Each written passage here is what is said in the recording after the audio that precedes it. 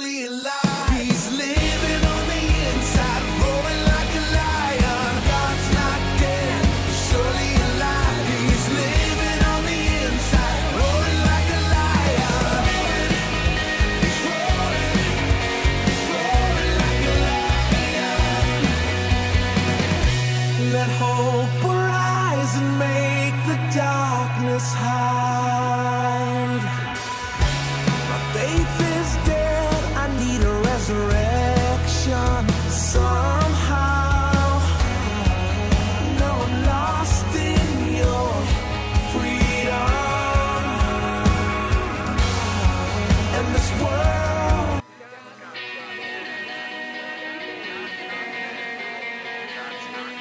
God's not dead.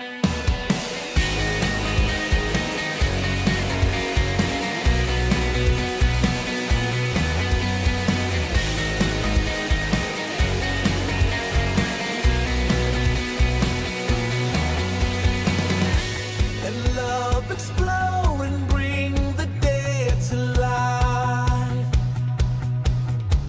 A love so bold to see a revolution somehow.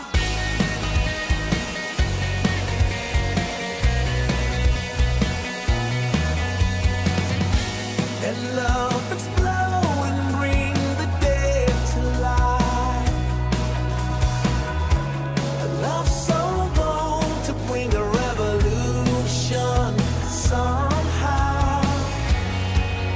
No, I'm lost in your freedom. And this world I'll overcome. My God's not dead, he's surely alive. He's living on the inside, roaring like a lion. God's not dead, surely alive. He's living on the inside, roaring like a lion. He's roaring like a lion. Let hope arise and make the darkness hide. My faith is dead.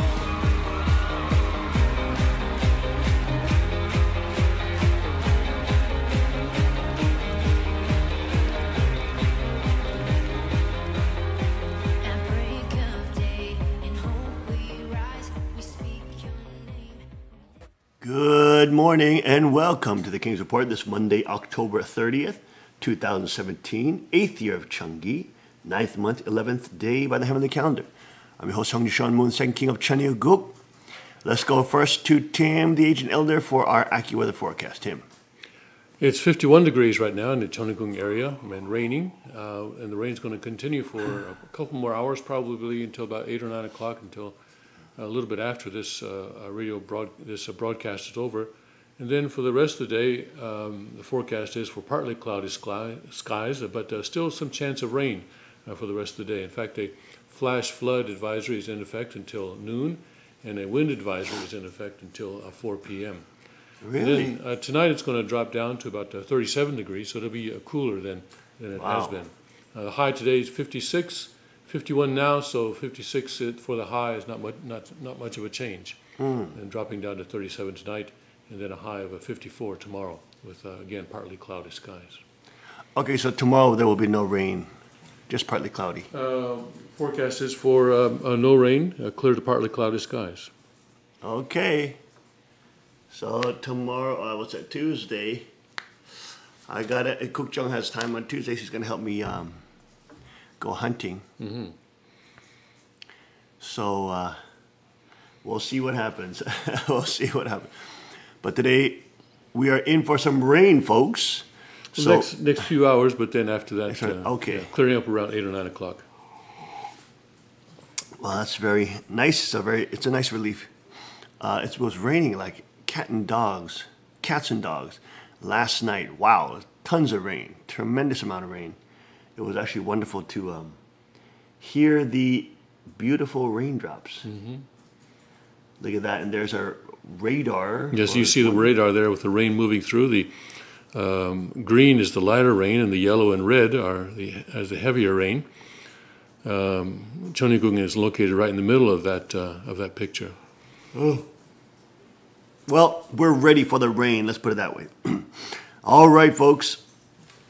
We are in Matthew 8 today. I'm sorry. Mark 8. Mark 8 today, and 34. And the Bible says, when he had called the people to himself with his disciples also, he said to them, whoever desires to come after me, let him deny himself and take up his cross and follow me. For whoever desires to save his life will lose it, but whoever loses his life for my sake and the gospel's will save it. For what will it profit a man if he gains the whole world and loses his own soul? Or what will a man give in exchange for his soul? For whoever is ashamed of me and my words in this adulterous and sinful generation, of him the Son of Man also will be ashamed when he comes in the glory of his Father with the holy angels. And there you go.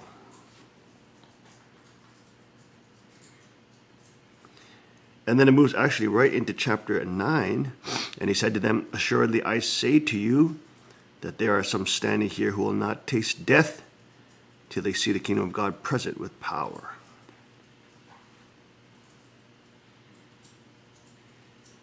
Very interesting. This whole scripture being about taking up thy cross and following Christ. When you follow Christ, you must pick up your cross. There will be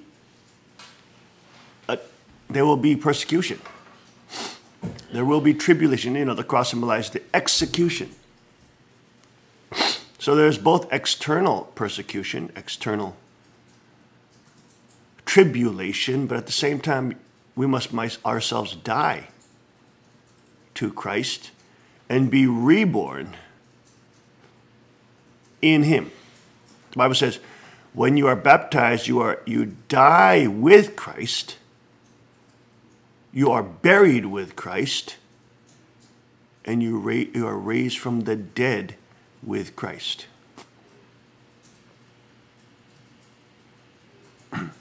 But taking on the cross and following him, being willing to walk with Christ to wherever he has gone. Of course, he took the path of the cross. Submitting your will to his will and allowing him to take the lead. Taking the path less traveled.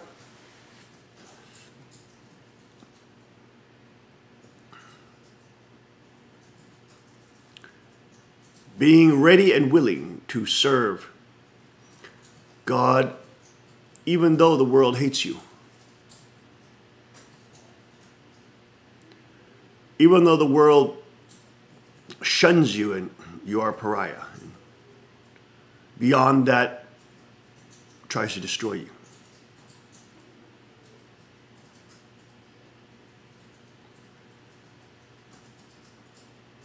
Taking up thy cross. Standing up against unrighteousness. Standing up against political correctness. Standing against what is wrong.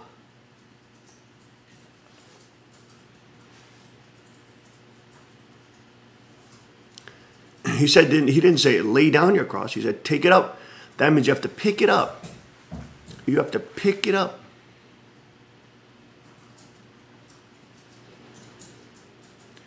Maybe it was on the ground. Maybe it was just lying around. One must pick it up.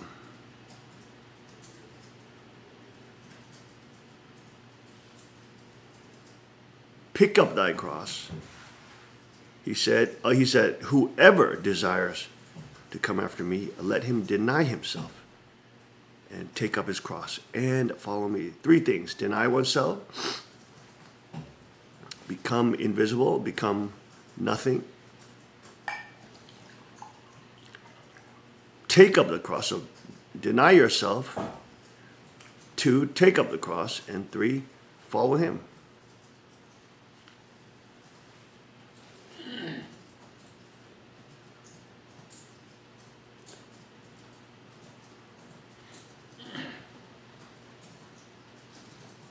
Christ is saying he doesn't want us to be just spectators. Like the brain dead prostitutes that come in after you win a battle. And they say, oh, I was always there with you. Oh, they're so pathetic. He's saying, come stand with me on the battleground. Come stand with me in the midst of my persecution. Come stand with me and empathize with me. Understand what I have to do and why I have to walk this path. Don't just watch me as if it's like a drama. Empathize with me. Be willing to know what it is I go through for you. Be willing to know my footsteps. Be willing to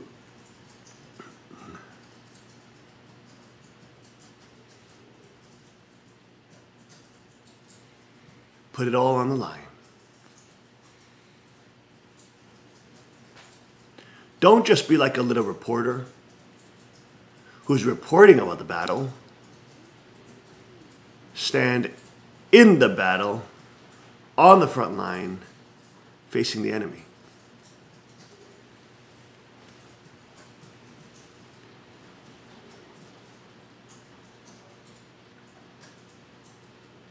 You know, when I think about Christianity, and when you hear the gospel and you hear the words of Christ, when I hear it from like a Buddhist perspective, or from a, that kind of a perspective from that, they always, I used to always hear all the time in Buddhism and even books in Buddhism, reality is not good versus evil, this kind of thing. Reality is not this dichotomy, of this cosmic drama between good and evil. In fact, those are delusions according to Buddhism, and illusions in the world of Mara, which means illusion.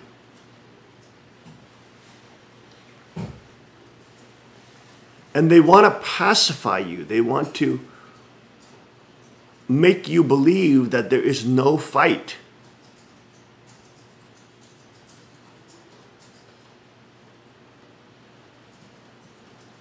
They want to tell you that if you understand that it's a fight, you're delusional.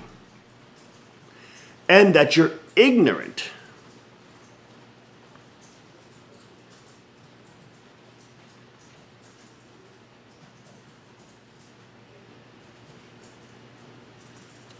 And it's interesting they teach that because they can't even keep that up, because even with Tibet, for example, the Dalai Lama has to fight against China, at least politically.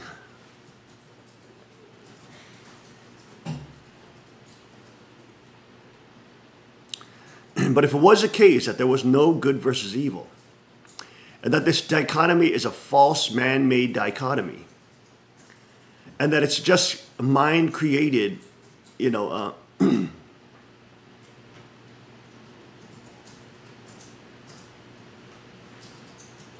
it's all created in the mind.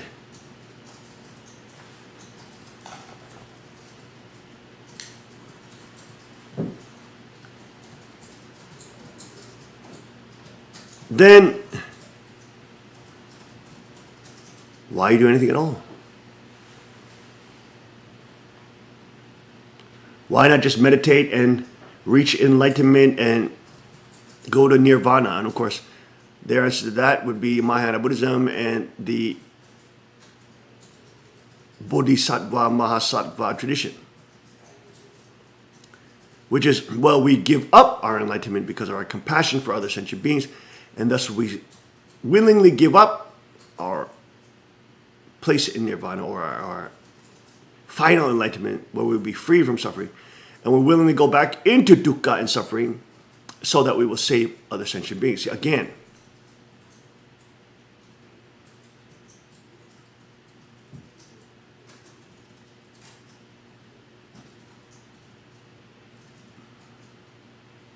in the end, it's unsustainable.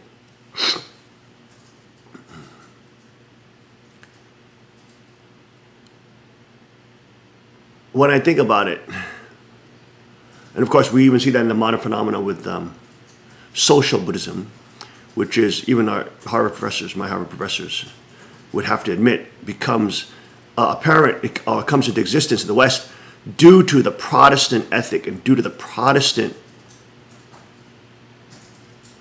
culture of being politically active and relevant and standing up against wickedness.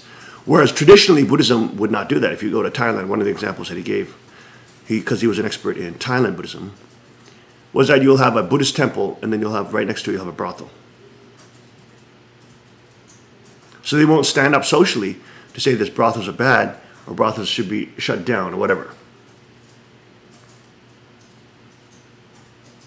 Because they're not supposed to be involved in the world, they're supposed to be separated from the world.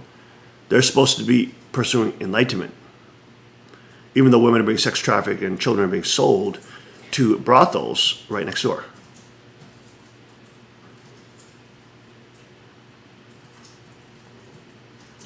But when you understand Christ and the Christian metaphysical universe and the Christian reality, is that there is an active force of evil that is trying to destroy you. This is not a delusion. This is not ignorance. This is not only a reality of our existence, that there is evil and wickedness in this world, but the Christian is called to stand up against that unrighteousness and wickedness, and to know its deeper roots that stem from the devil. We fight not against flesh and blood, but against principalities and powers and rulers of the darkness of the earth. Spiritual wickedness in high places. That these originate not from just flesh and blood, but these originate from devils and demons and from the top, Lucifer. They're basically fallen angels, spiritual beings. They are spiritual beings. There are other dimensions where the force of evil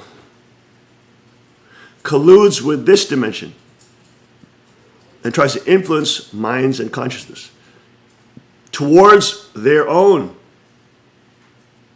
suicidal, self-destructive nature.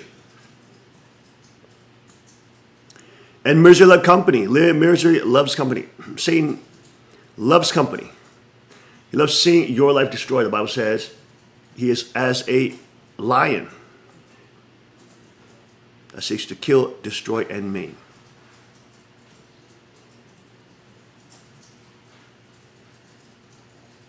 Of course, that's just juxtaposed to the Lion of Judah, who the Messiah is, and he comes to save. He comes to judge wickedness and divide good and evil. He comes to erect the kingdom on earth as it is in heaven.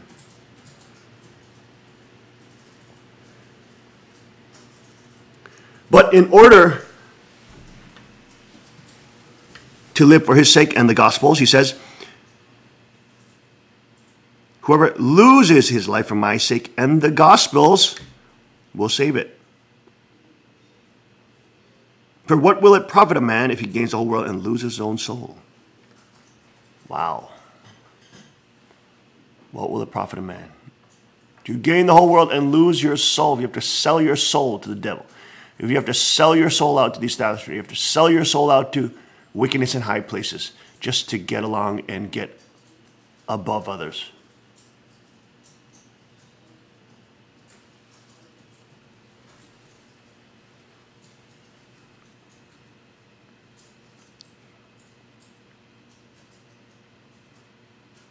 Whosoever is ashamed of me and my words in this adulterous and sinful generation, of him the Son of Man also will be ashamed when he comes in the glory of his Father with the holy angels. And this is the time. The last days are here.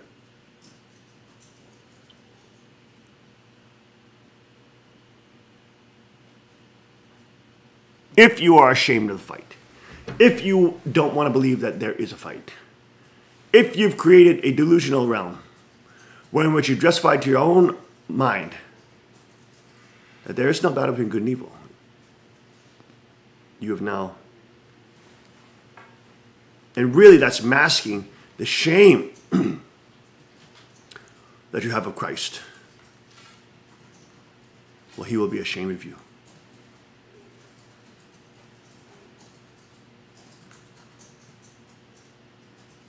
There is a great battle between good and evil. This is not Zoroastrianism. I love how the left always says, yes, and when you look at it, we have all this dichotomy between good and evil. It was very common in Zoroastrianism. And it's so ridiculous. They're always trying to conflate things to try to pretend Christianity is just like all these other wacky religions. When it creates the most prosperous human, ethical, moral system. And it is completely unlike Zoroastrianism, completely unlike different forms of paganism, completely unlike the child-eating, blood sacrifice desiring gods who would make you kill children and offer them to appease them.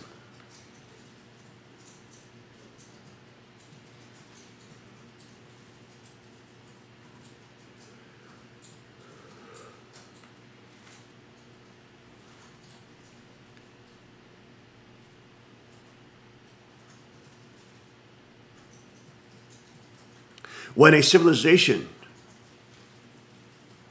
upholds the name of Jesus Christ and loves Jesus, that civilization becomes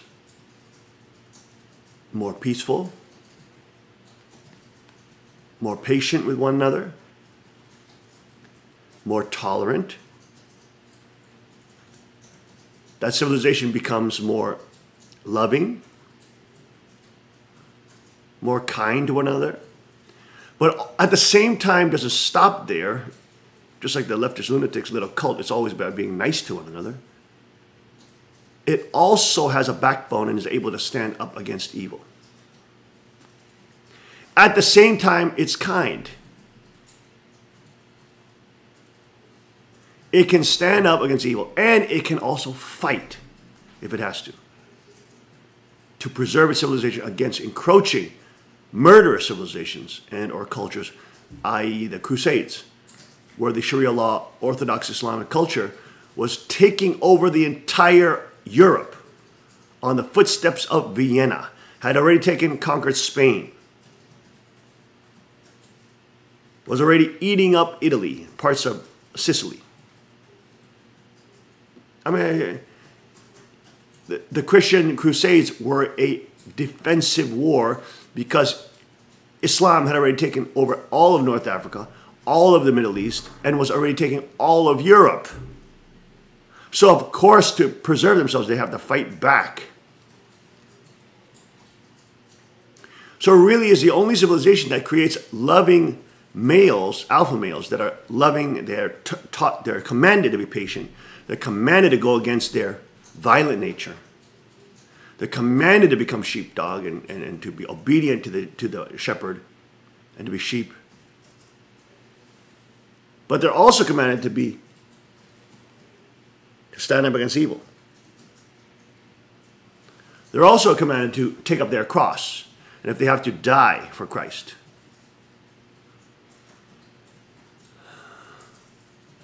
So it's that very interesting balance where it makes the alpha males softer, but it doesn't castrate them.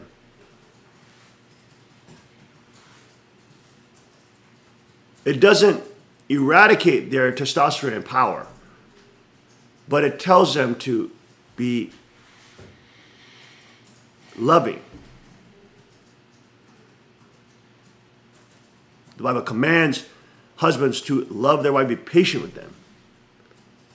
Just as at the same time it commands the wife to respect their husband unconditionally.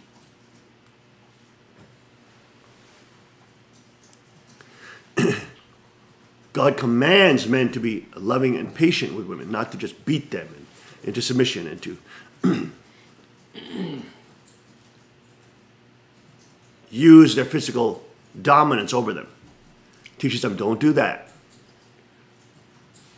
You're commanded not to do that by God.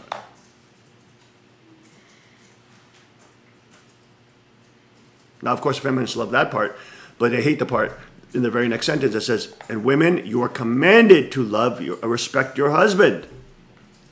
Just like your husband, natural tendency, if you bitch at him, or if anybody yells at him and curses at him, he's going to freaking want to punch him in the face.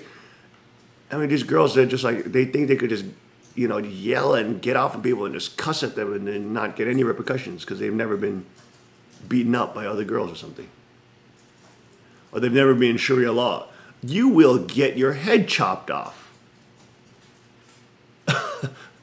Your husband legally is able to beat you. He's legally able to hit you with a whip. In Sharia law. But the Bible is opposed to that, is antithesis of that. It says, husbands, you are commanded by God, Almighty God, you are commanded to be loving. Even though that goes against your nature. Women, you are commanded to be respectful, even though that goes against your nature or your emotions.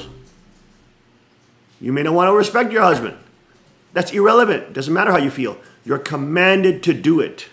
So if you like the benefit of a man who's commanded by God to love you when you're acting unloving and like a little baby, you love that benefit, but you hate it with the fact that God commands you to be respectful unconditionally to your husband and not act out and lash out emotionally, because that's very disrespectful. But to control your emotions like a big girl and to respectfully bring up things to your husband. Because that's the fastest way you change a man. Not by nagging him, not by cussing him out, not by standing in his face, because if you do that, if anybody else did that, he would punch them in the face.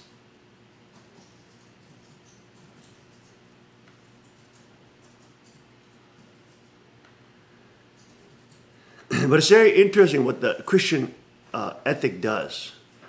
Here you have also Christ that gave himself. He died for you. He took on Roman execution for you. I mean, so you have just the highest level of compassion, the highest level of self-sacrifice. And you can't pretend that you did it because you didn't do it. It doesn't allow any pathways of escape for the justifying mind, the one that wants to worship oneself and pretend that they did everything Jesus did, where they didn't do anything and they're just full of sin. So it's a very interesting and dynamic, the narrative of Jesus, the story of Jesus, the teaching. It pacifies men's violent urges and then rechannels that towards being forgiving and loving. But at the same time, it doesn't castrate them. So when the time of emergency is here, they still can fight in defense. They still can fight. I mean, I had to fight the Han mother in defense of father. It was not only, it wasn't self-defense. I had to defend my father, especially because everybody was throwing him under the bus. You see what I'm saying? I had to defend his civilization. I had to defend his culture because I'm the successor in his representative body. So I had to defend him when she was erasing him and betraying him. You see what I'm saying? Even though the family fraud tried to create the narrative that I'm the one attacking her, no, she was the one assaulting and attacking and erasing father, and I had to defend him because nobody else was.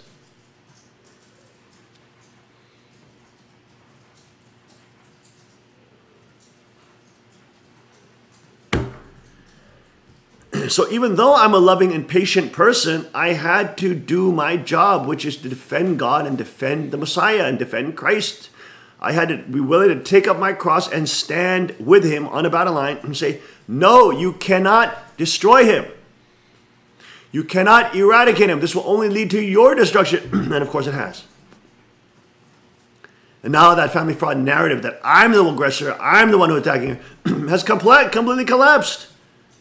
Because everything I told you 3 years ago, even though you called me a conspiracy theorist and a naked prince and a tinfoil hat wearing conspiracy theorist, you are proven wrong. And I was proven right, not because I'm some ego trip, but because it's simply true. Because I knew the reality of what she was doing. And you were wrong. You probably don't even know her. You probably never even met her. You just saw her from a stage. Same with Father as well. Kind of forget that I'm not only his son, I'm his actual successor, which he raised and vetted and tested. I love how these little, heretics on the family, they pretend as if they know Father. They never even spent time with him. They never were even in his inner circle. They were just spectators. It's like, oh, I know that Hollywood actor. I know that Hollywood family. Even though I follow them, because I followed them, their careers, their whole life. You don't know them. You're not in their inner circle. You don't know how their family is run. I mean, it's so insulting that people would even say that. He's my father. That's what they say. He's my father too. You are not his direct blood. You are not directly from him, and you didn't live under his culture and live in his family. You know what I'm saying? It's just so ridiculous. Of course, they can't say that anymore because they've been proven completely wrong. And everything we said about the Han Mother's heresy and theology is now in the open.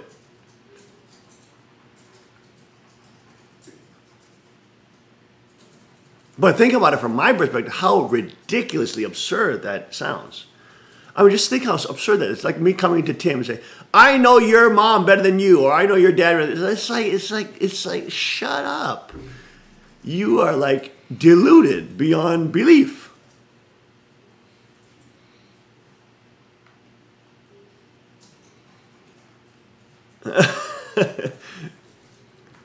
It's like it's incredible arrogance. But in any case, Christian culture has a very clear ethical boundaries and framework. You're not supposed to engage in prostitution. You're not supposed to engage in sex slavery. You're not supposed to engage in multiple marriages. You're not supposed to engage in, things like that. Those are things God does not like.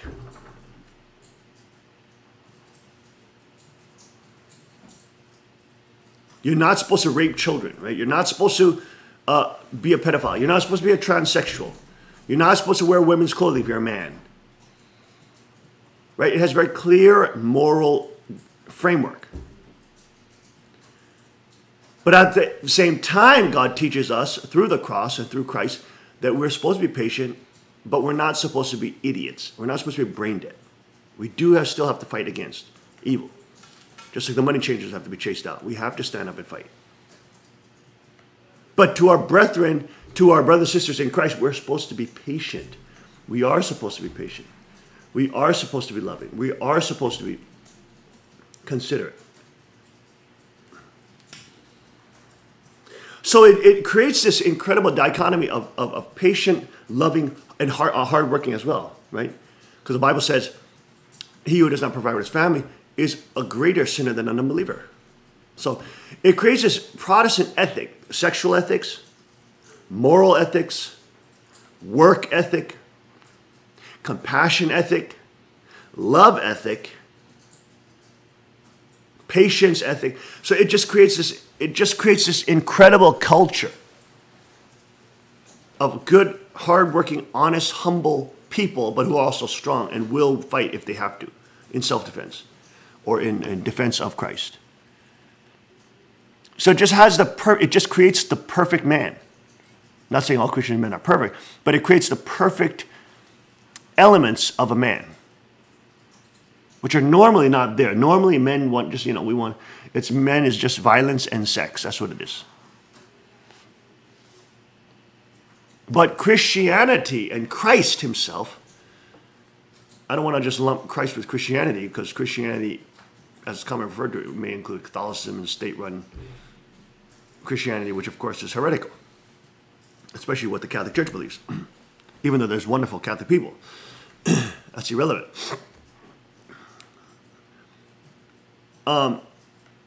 It creates this incredible balance of alpha male culture, but loving alpha males, loving fathers.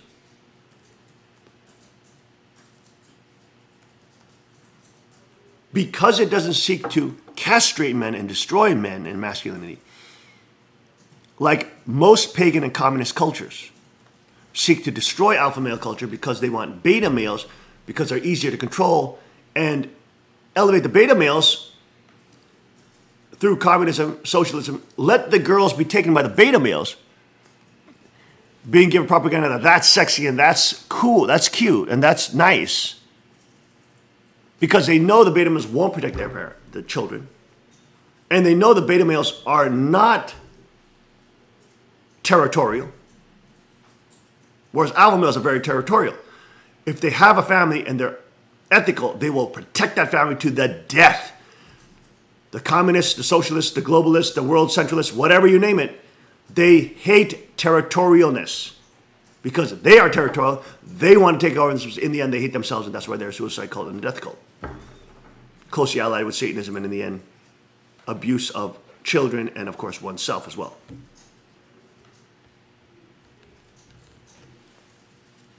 So they want to get rid of any competitors of that territory, of course, that they're taking over. At first, it's just the young girls that they want to take over, but then it's the boys through homosexuality, and then it's the children that they want to exploit. They're very territorial. And the only ones that will actually stand up against them are the high testosterone fighting men. And that's why they'll use them to build a military and a military presence and law enforcement. But in the end, they'll pacify them and create a state so big and so powerful that the alpha males are completely become a slave class. Become sort of a gladiator class.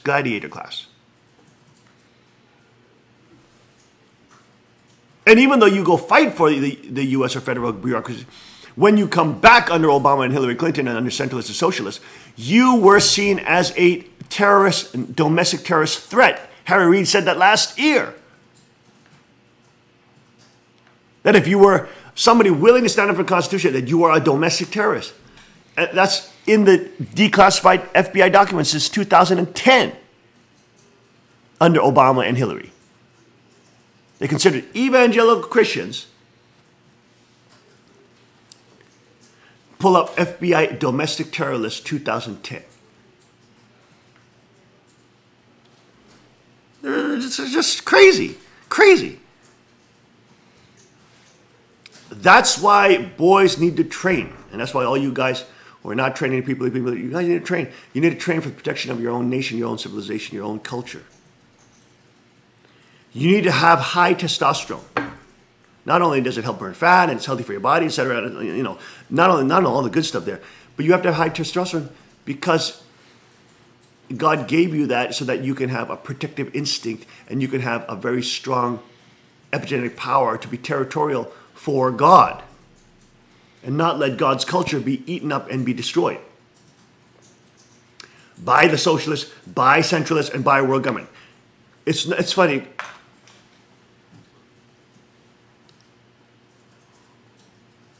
No, that's the most wanted terror list. There you go. There's an actual FBI declassified document.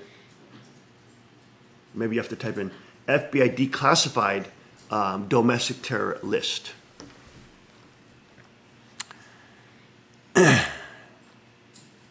(2010) or was it 12? Anyways, a couple years ago.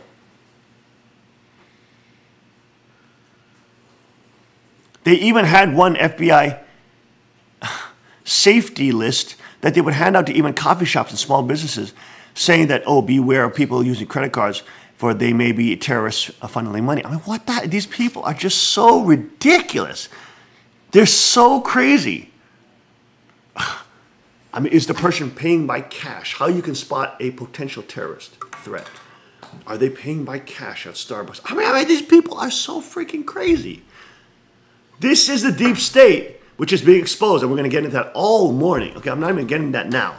But this is the deep state that's now getting completely exposed for killing Kennedy, killing and assassinating our U.S. presidents, and controlling the narrative for the last 70 years, doing subterfuge and illegal, unconstitutional murders. Wow, that's all coming out. That's all coming out. It's all coming out. Lyndon B. Johnson was a KKK member. All coming out. This is ridiculous. But getting back to our Rima, the Christian man is called to be not only willing to martyr himself if he has to, for Christ, be willing to die for Christ, be willing to die a slow, grueling, suffocating death on a cross, and be mentally willing and mentally ready to do that if you're called to do so. I mean, that creates mental strength. You know what I'm saying? It creates a sort of strong, beyond patriotism, it creates this individual who is not scared of death and is willing to put himself into death's hands to stand up for Christ, whom he may have never actually met physically, but he knows the Holy Ghost.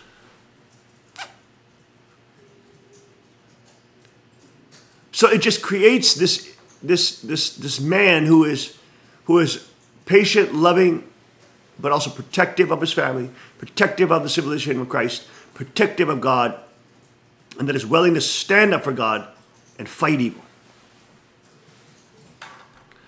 So Christianity does create the best men for a civilization, especially when you have the humongous predator class that's always trying to loom around the farm to eat as many sheep as they can.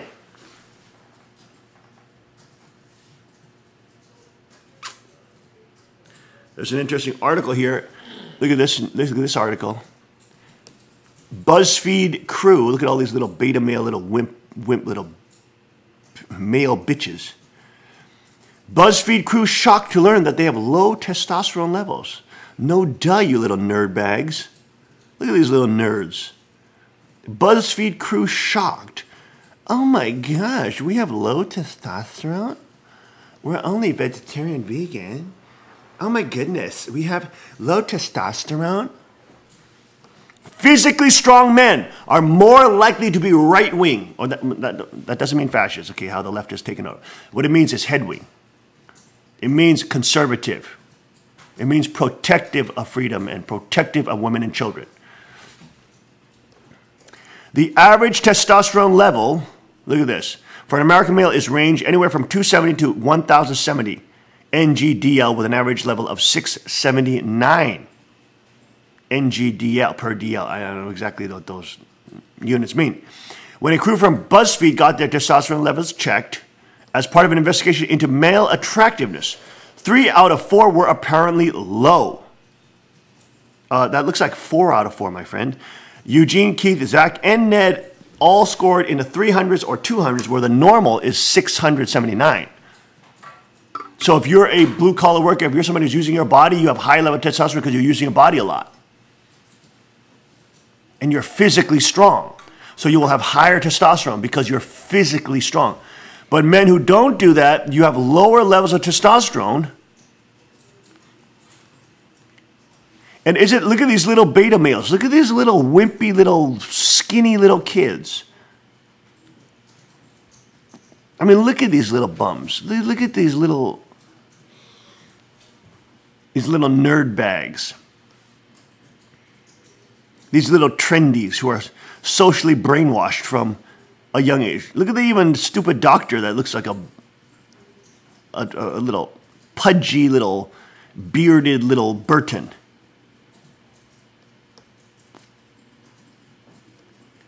And there you go. There's your testosterone levels.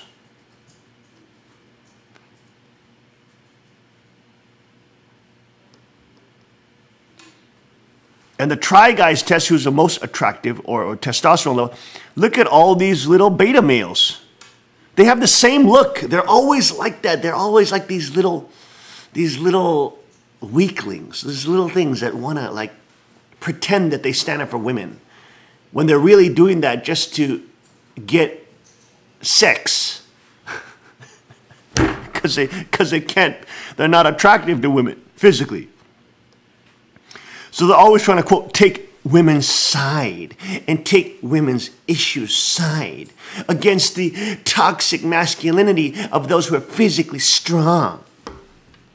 Studies have shown men who are physically strong are more likely to be conservative, while weak men are more likely to be left-wing socialists because that's the only way they get to get in the panties of girls, is to pretend that they are a girl and that they stand up for girls' rights when all they want to do is exploit girls. So they're so pathetic. Look at these little... Ugh. And then the girls are brainwashed and told by popular culture that these are the males you should go after and these are the males that are attractive because they look like Harry Potter. Because the social engineers know that weaker men will lean left and they're easier to brainwash to become leftist, lunatic, centralist communists. Easy to brainwash. But they still have the male violent aspect, so you can still radicalize them to become like Antifa, even though they're little wimps.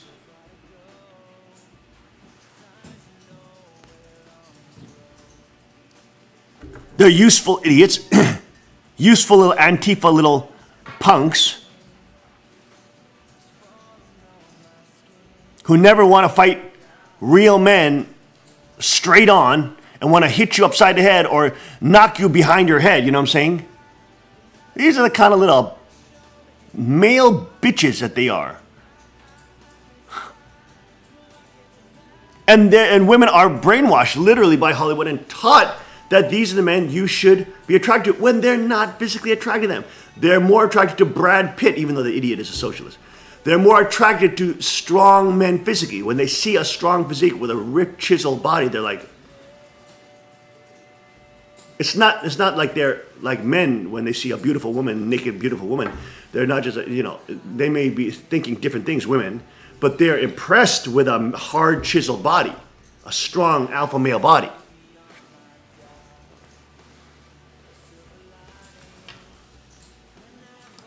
They're physically attracted to stronger men, but they're told they should be attracted to these kind of little nerd bags, which they're not attracted to because they're nice and they wear pajamas and drink hot chocolate. They're taught that these are the type of men you want to run civilization, to run your life, and to raise a child with because they will let you be God. But you'll be unhappy and miserable because you are not God and you are sinful and you are a baby crying and emotionalizing things. And you know you are. That's what's so funny. That's what's so funny. You know you are, but you want to live in delusion and you want to be told that you're not. So when the Bible tells you that you are sinful, you don't want to hear it. When your husband, who is alpha or more physically strong and psychologically strong, tells you, honey, you're behaving like a child, please stop. You get drive you nuts because you know you are a child. Emotionally. Oh my gosh, you girls drive me nuts sometimes. You drive King Daddy nuts sometimes. Because we all know, see, mature men, we all know, you know. And we know you're unhappy knowing. But the way out of that is not pretending that you're not that you're immature. The way out of that is to actually become mature. You see that? And that's why girls who train the people, they become mature. I mean, more mature. I'm not saying they become perfect or flawless. No, they're still sinful. They're still sinners. But they become more mature. They actually start becoming emotionally able to dominate their emotional realm. Over time. Doesn't happen at once. Because their brains are hardwired to connect things, emotionally connect things. Whereas in technical fighting, you have to separate things in your mind. You have to be able to compartmentalize things. Like the queen yesterday, she's trying to separate Brimbolo from reverse Del Hiva and Kiss of the Dragon technique, which is a one technique, and also tornado guard. These are all simple things. To me, very compartmentalized. High-level practitioners, very compartmentalized, very easy to differentiate. But when you first started, you're like, holy crap, how they all seem so similar. How do I differentiate this? But you have to learn how to restructure your brain so you can compartmentalize things and you don't emotionalize things. You have to be able to restructure your brain.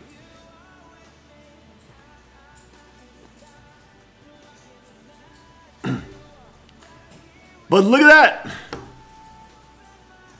But look, it doesn't matter. Look, you could have a nice, kind individual. I mean, these guys, for example, you could have the same bunch of guys who are Christian, but who are also embracing of, Christian ethics and fighting and some of that for God, being willing to die and take a cross. Then these guys, even though they look like little trendies, could be very strong internally. It's just that the studies show that the liberals are usually weaker and the liberals have usually lower testosterone because they're taught that, there's no, peace is love, it's love, everything is love. There's no real war. That's just a dichotomy, a mythological dichotomy of Zoroastrianism that Christianity inherited. This is what they're taught in school. So what are you taught? What is your cult? What is your religion? Well, you're taught to be a beta male. And you're taught to allow women to dominate you. And you're taught to never talk back to a woman. If there's an arrogant woman, you should call them out and say, you're a freaking arrogant bitch. Get out of my face. And they say, shut up, shut up. No, I don't have to shut up. You're an arrogant woman. And I don't have to shut up for you. Men should be able to do that. But they're trained to be beta males. They're trained to be socialists. They're trained to be common. And to be ruled by the madame class, not even the real women class, the madame class.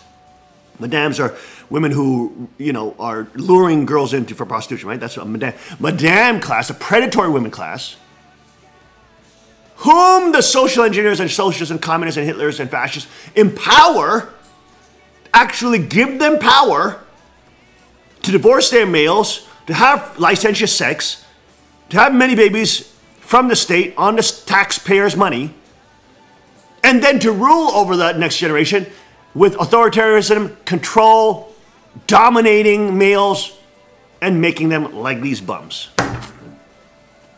And then you have a very easy controlled society, which of course is the kingdom of hell on earth, where males can't actualize their true alpha potential and women have to rule by nasty Meryl Streep madames, predatory women. And so women can't become alpha women for God. Because a real alpha male loves an alpha woman. We're not attracted to beta little wimp girls. We're attracted to strong, powerful women because we too ourselves are strong and powerful. We're not attracted to weaklings. Whereas the leftists with this low testosterone, they're attracted to weakness. They're attracted to vulnerability. They're attracted to, and that's why they get into pedophilia at the highest levels, because they are attracted to weakness, and children are weak. They are vulnerable. They get attracted to preying on weakness, which of course then becomes part of their cult of Satanism, Luciferianism, and exploitation, which is now coming out all through Hollywood, all through the elite classes, London prime ministers, you name it. It's just this glorification of being dominated by Lucifer.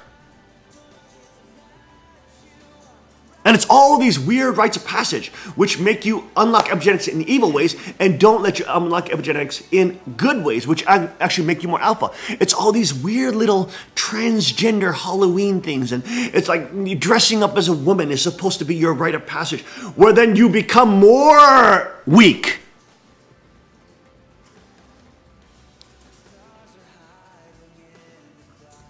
Or like going to Starbucks and supporting Starbucks is like this rite of passage that you're supposed to go into. And you're hanging out with the celebrities and supporting a leftist coffee company, which is sustainable, even though they're not even organic. And their coffee sucks.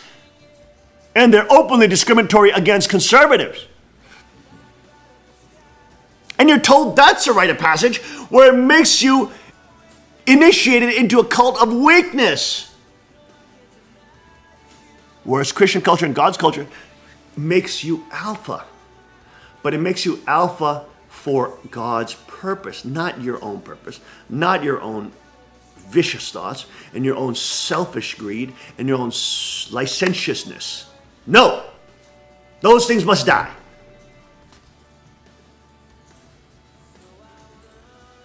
Your sins, you must die. You must live for Christ. You see what I'm saying? So it just creates like the perfect civilization for the protection of women, the protection of children, and of course males. To be men, but also moderate their tendency to want to moderate their fallen natures. And of course, it also raises women to be alpha females as well, to raise their children as Christ raises them.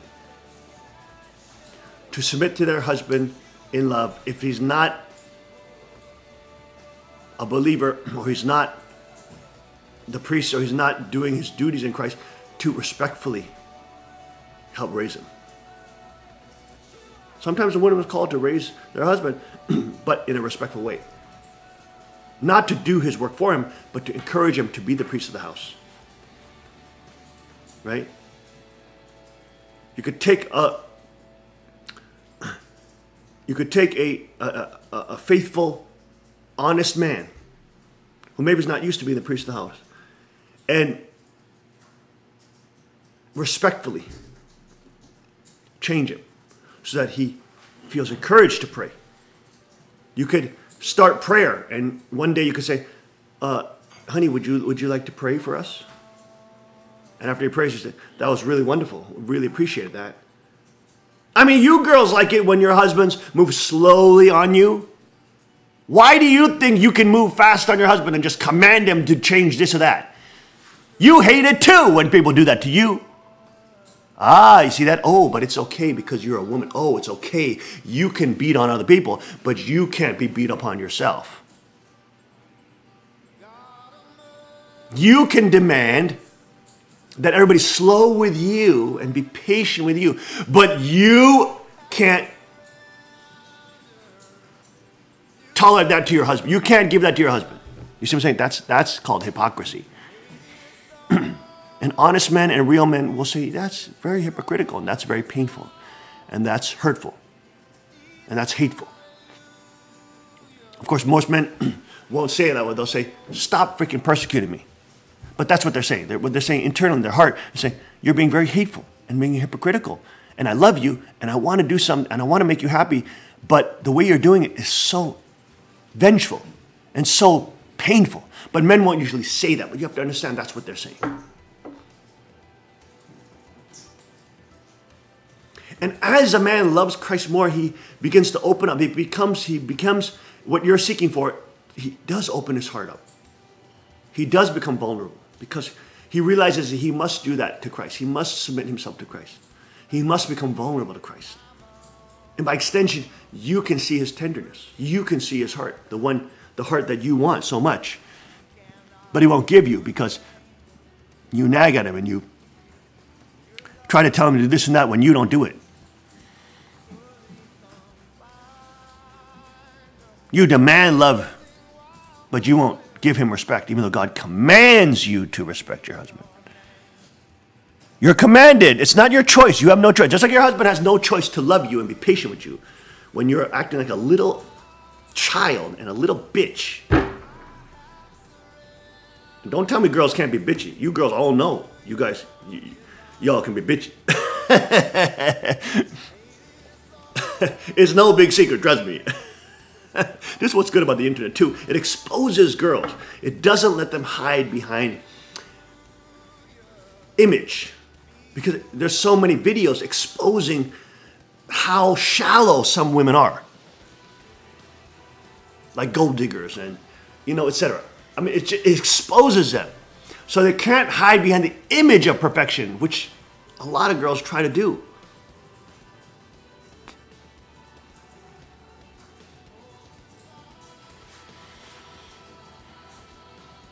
We know you want your man's heart, but the way to it is not by demanding it from him.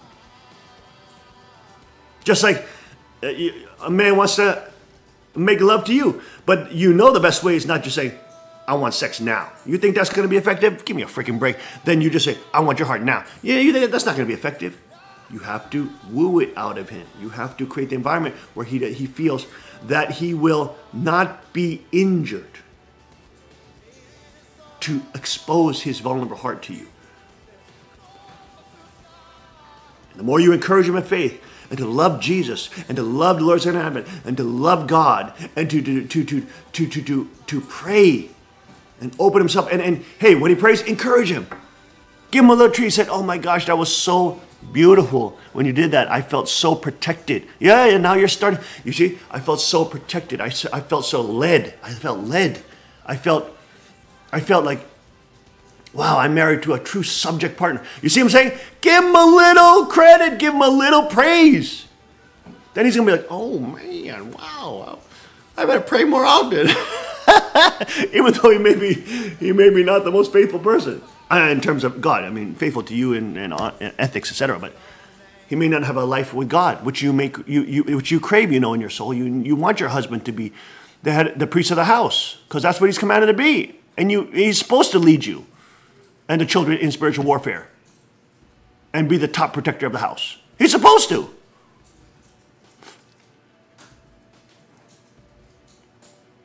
And we know women generally are good-hearted. We know they're not wicked and evil. That if they have a husband that does those things, they will appreciate that generally. Of course, there are some that will twist that in their mind thinking that, he's just trying to be, spiritually, morally posturing over them. But that's just twisted up in your emotions. In the end, you want it. You want that husband to take that leadership role. Just many times they don't, because they're not encouraged by society. They're not encouraged by anyone else in the family. They're not encouraged by you or their children. So they just don't see the need. But if you don't have prayer, if you don't have the priest in the house, so to speak, not the Catholic priest, right? The husband as a priest, your family will start to disintegrate. It will. His love for you will fade over time. Because it's not being tied to you by his faithfulness to God in Christ, which of course then your marriage and covenant is connected to. If it's just about physical attraction and how fun your marriage is, he will start not loving you soon, just as you will start not loving him. Even though love is a verb and you're supposed to actively do it, you will start emotionally deluding yourself, thinking that it's a feeling. And he will too.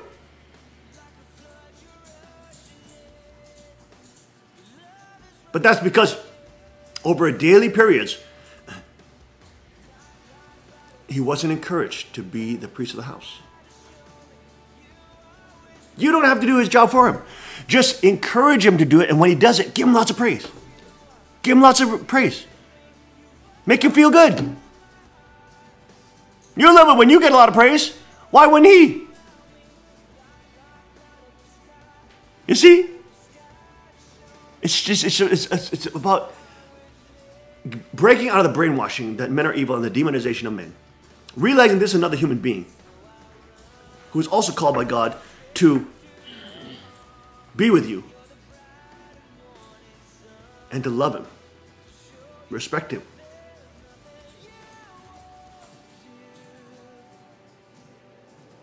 control yourself, control your emotions, be in control of your feelings.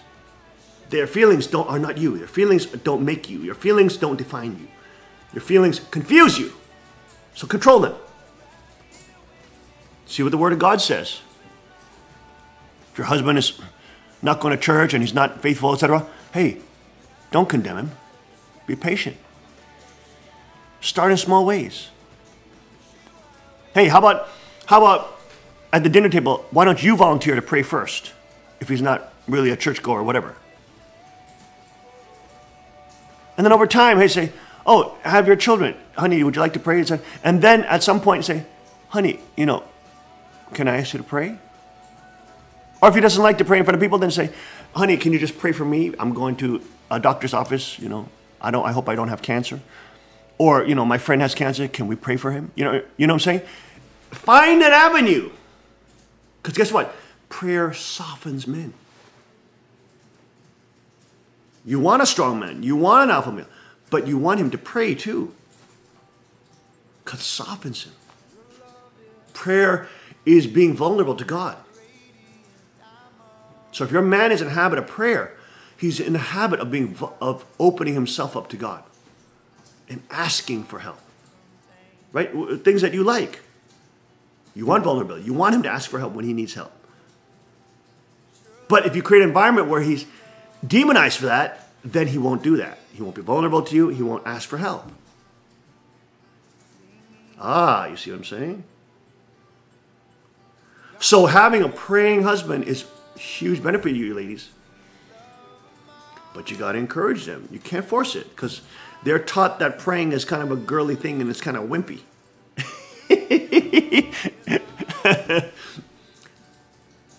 Even though that's ridiculous, even though that's absolutely absurd, they're also brainwashed in that way too. But it's in 100% your benefit to have a praying husband. Not only will they be more faithful to you, not only will they have massively lower divorce rates, not only will they be more compassionate and more patient. I mean, you'll get tons of benefits if you have a praying husband. Tons. So it is in your own interest to encourage him in prayer, to just be nice with him as he's starting to pray. Just be nice. Just be real encouraging. Just really love him up when he's doing that. And as that becomes 1 year, 2 years, right now it's a habit. Now it's a habit. Now he can't live without prayer. Now prayer has become part of your culture, you see what I'm saying? And now you're being used by God to allow your husband to step into his proper role. You're not used by God to dominate him. You're used to help raise him if he's not at that level yet, because we know a lot of sisters, their husbands are, not really faithful to God. They may be faithful to you, but not faithful to God. And that drives you nuts, and that's why he's not vulnerable to you, and that's why he isn't opened up to you, and that's why he, at this point, probably maybe resents you. Because he feels it's being forced down his throat. And men will naturally repel against that. Rebel against that. So just be calm, be patient, control your emotions, work slow. Fast is slow, slow is fast, slow is fast, fast is slow. That's always the first thing you learn in bushcrafting and anything. Slow is fast, fast is slow. Don't try to change him overnight. Try to change him over 3 years. Bring your timeline to 3 years, not one night. Don't demand change by tomorrow. Demand, in your mind, put the time horizon to 3 years. Oh, but that's so long. You took way more than 3 years, girl. God been patient with you. Come on. You know the king is right. You know I'm telling you this because I love you. And I want you to be happy. I want you to experience the true joy and the true blessing of the blessing of husband and wife, because it's the most joyous, the most powerful. And know you're not stuck with the man that you have now. Because if you put your time horizon just 3 years and you're patient and you control your feelings and emotions, don't let them control you, and you encourage him, he will change in 3 years. You will be victorious for God. God will use you as the instrument of peace. to allow him to come to his true fruition and become the man that you always wanted. And vice versa for men as well. Put the time horizon for 3 years. At least, I mean, that's the least you can do. Your girl is overly emotional and she acts like a baby all the time, but pretends that she's an adult and, you know, all that kind of stuff. Okay, be patient. A lot of girls like that, especially girls who have not confronted reality and not done hard things. They're spoiled. They're like little children. They live in delusion, like anybody who doesn't go through any reality checks and hard stuff and get beaten up. Usually girls have never gotten in a fight. They've never got beaten up. They've never been dominated. So they're like babies. So have compassion for them. Slowly work on them. Patient. Everything they say doesn't mean it's not personal, okay? They may say very hurtful things because they sort through problems verbally. And I know in the man's world we don't say that stuff to each other. Otherwise there's a fight and usually there's knives come out and you kill each other. But girls don't do that. Okay? So if they say hurtful things, just let it run off you like water. If they say stupid stuff, just let it roll off. Not a big deal. It's not personal. And help them. Help them unlock their epigenetics. Help them be more adventurous. Help them become stronger. Hey, start exercising with them slowly. Start becoming more physical with them slowly. You know, in terms of exercise or working out or, you know, doing things more active in your life. Become more active lifestyle. You know what I'm saying? That means become more physical, active. Change your patterns up. Keep her guessing. Don't do the same damn thing. I know we can wear the same thing. I wear the same damn thing every day. I got 3 sets of the same pants. I got 10 sets of the same freaking shirt. Other than when I'm in the King's Report, then I'm dressing in all different ways. But normally you see me, I'm dressed in the same pants, same shirt, etc. Right? Because I got my whole system set.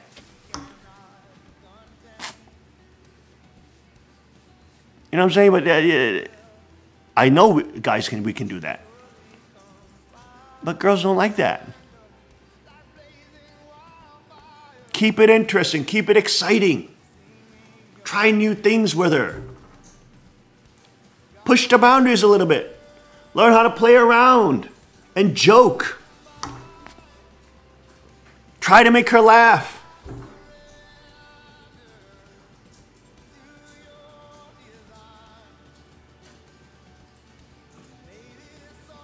As you become more, you know, embracing of the people culture, start bringing her in. You know, slowly go shooting with her. Slowly, you know, train with her. You know, study some knife fighting. Do some trapping together.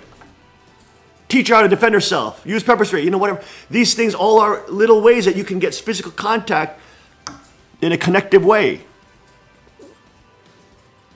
And the more of that you have, guys, then you get what you want because you're going to have a lot more skinship with her, which will then prepare her sexually to have a better sex life with you.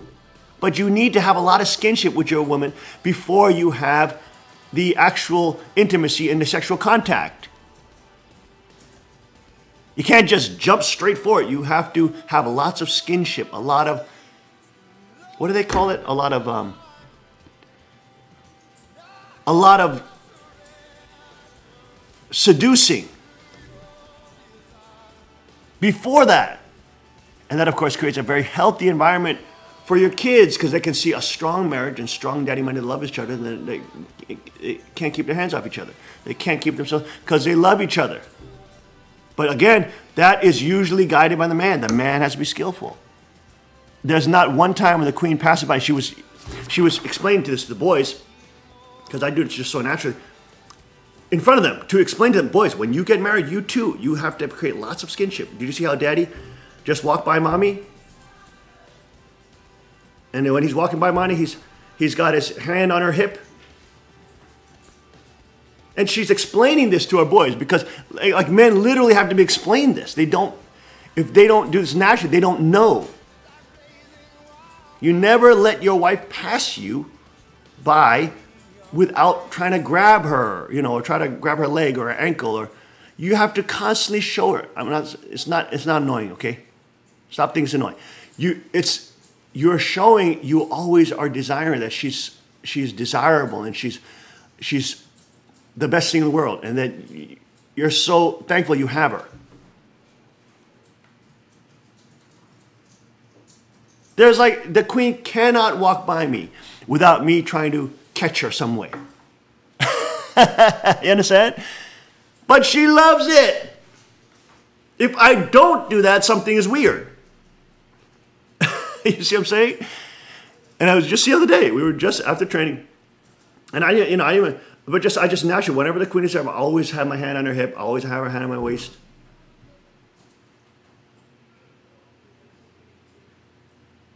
You know what I'm saying? I'm always lovingly in skin contact with her. That day I had my hand on her, you know, on her tushy. And a daddy and you know, I was just walking by, and the kids, and she stopped the kids and said, Did you see how daddy's always, you know, always having skinship with mommy? You see that? You boys have to remember that when you get married. Don't expect to have this cold, never touch skinship relationship with your wife, and then all of a sudden, when you want to, you know, be intimate with her and have, you know, absolute sex contact, that all of a sudden she's just dying to do it. And she explained to this boys, because they need to understand this. It doesn't come that way. You need lots of skinship, lots of skinship, lots of skinship.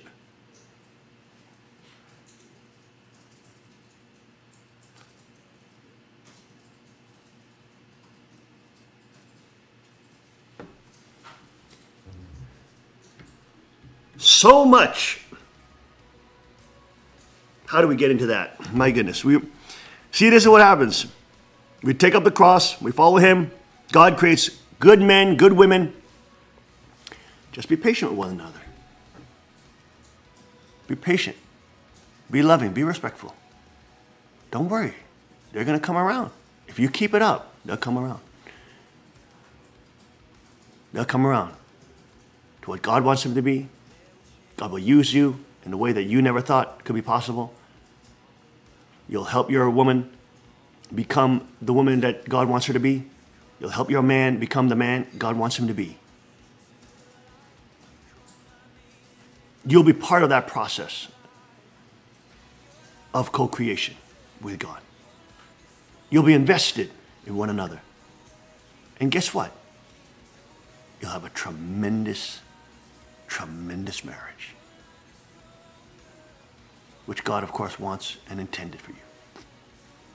All right, folks, let's take a short break and we'll be right back. Stay with us.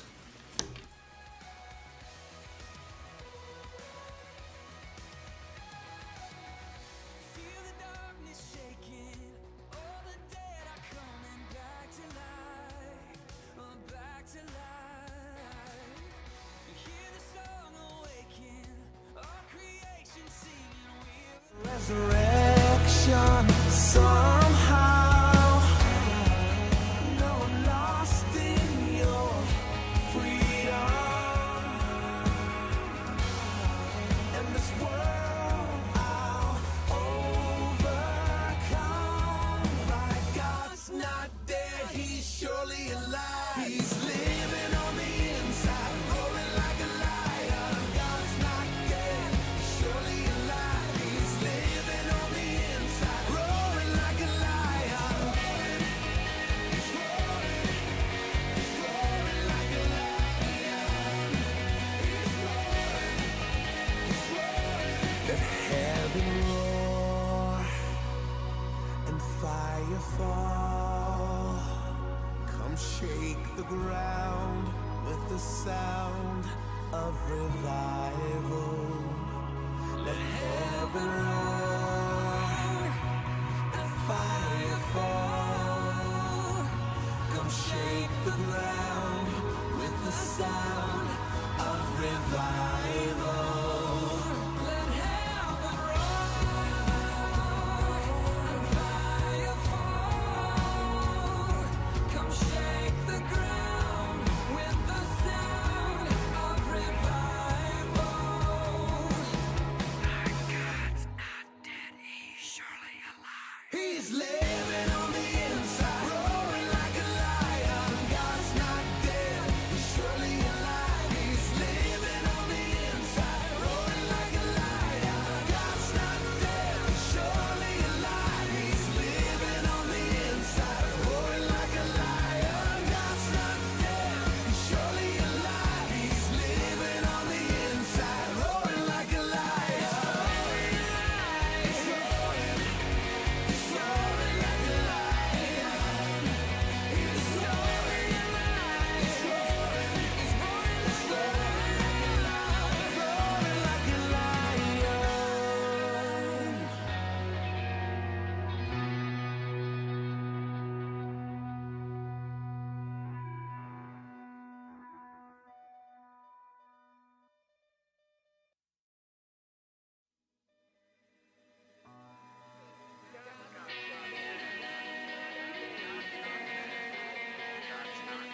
God's not dead.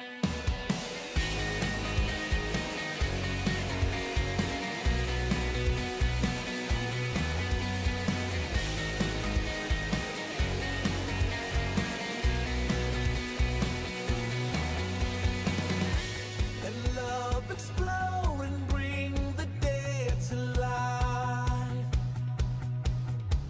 A love so bold to see a revolution somehow.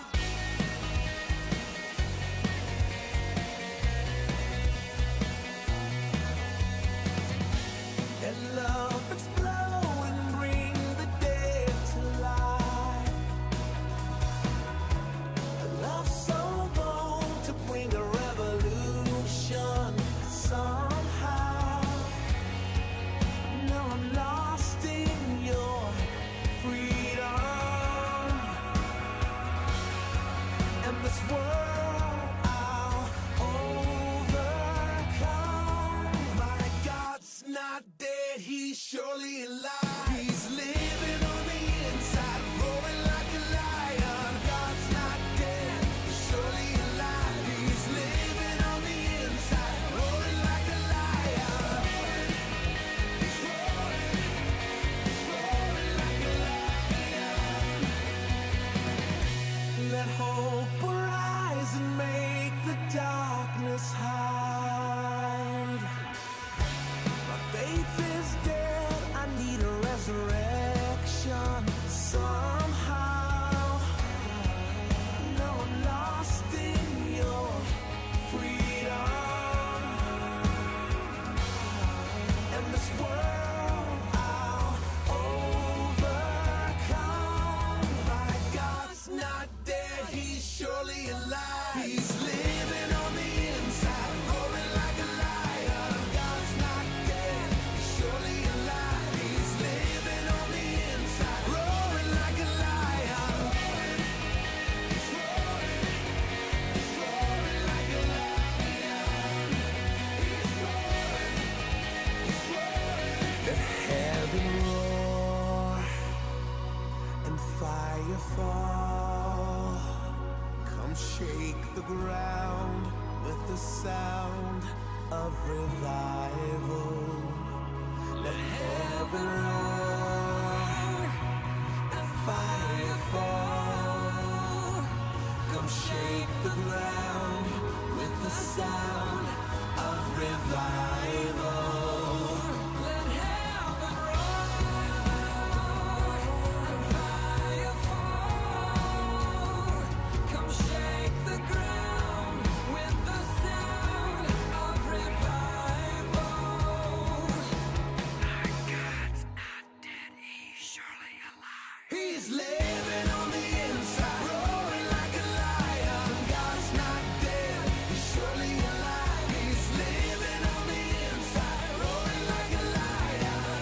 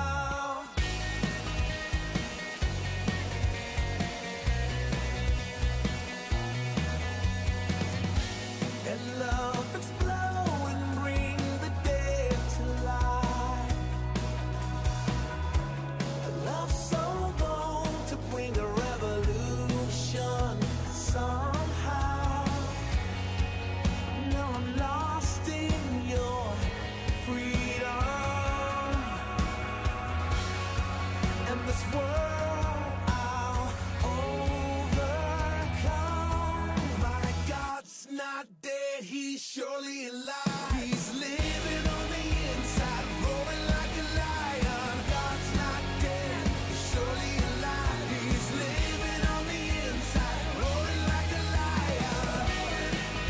He's roaring like a lion. Let hope arise and make the darkness hide.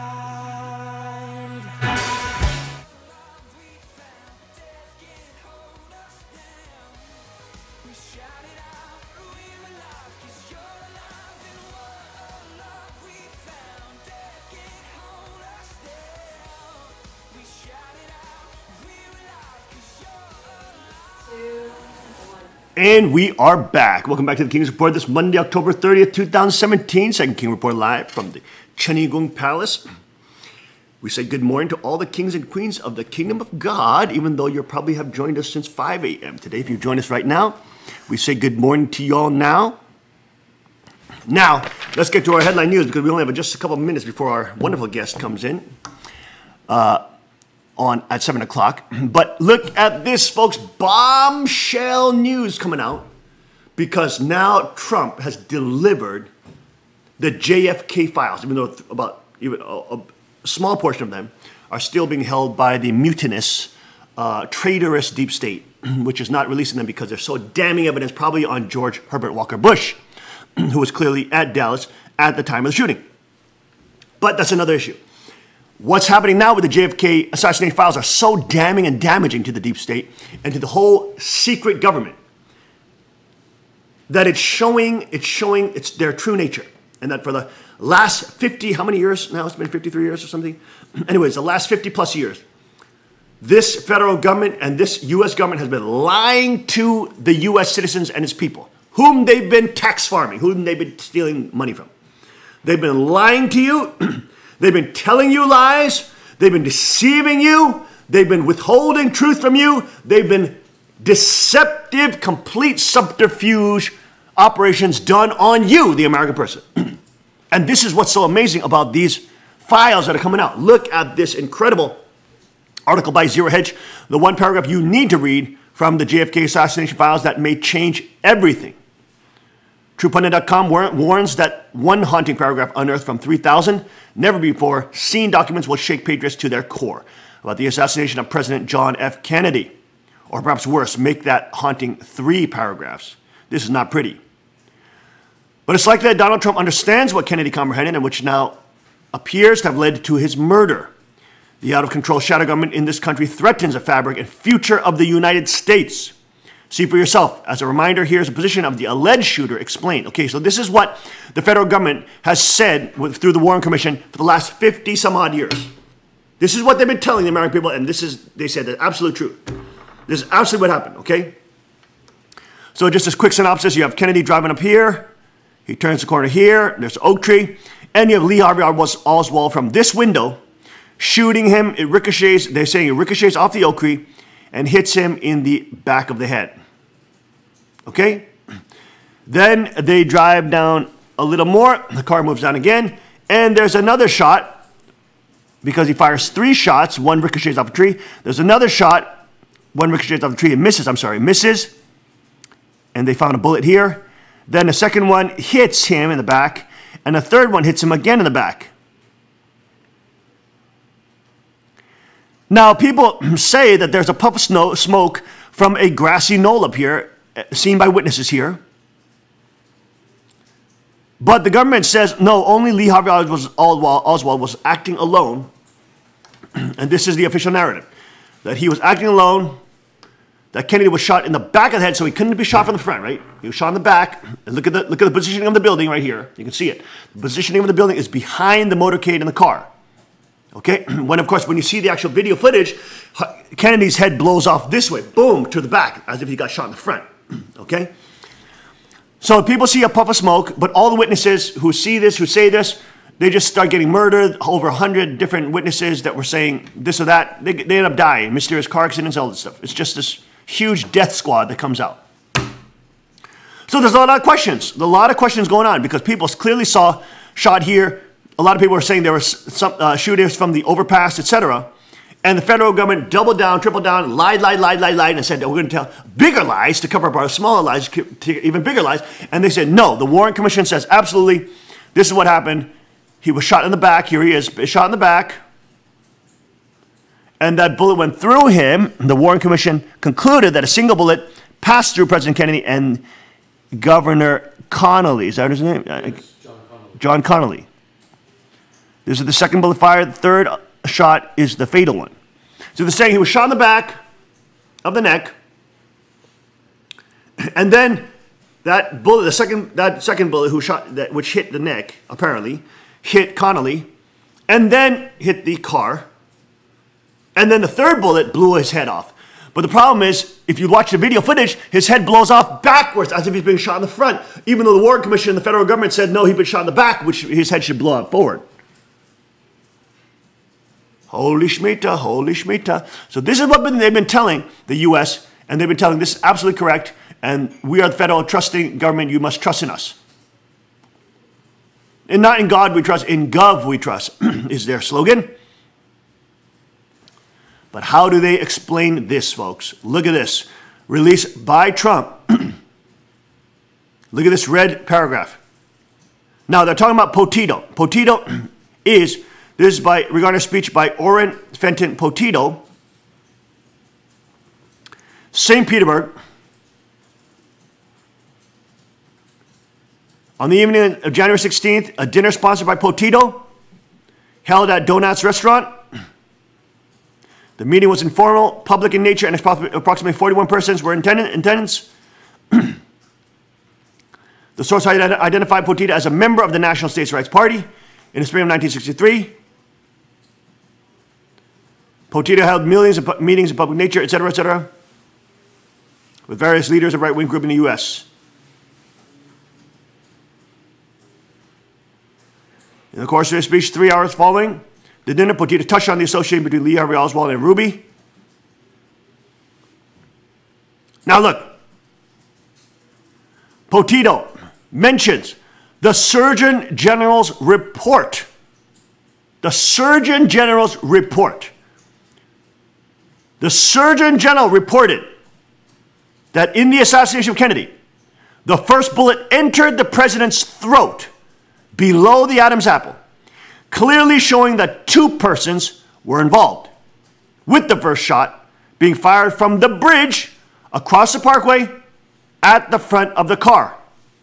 To further substantiate this, Potito said there was a bullet hole in the windshield of the president's car.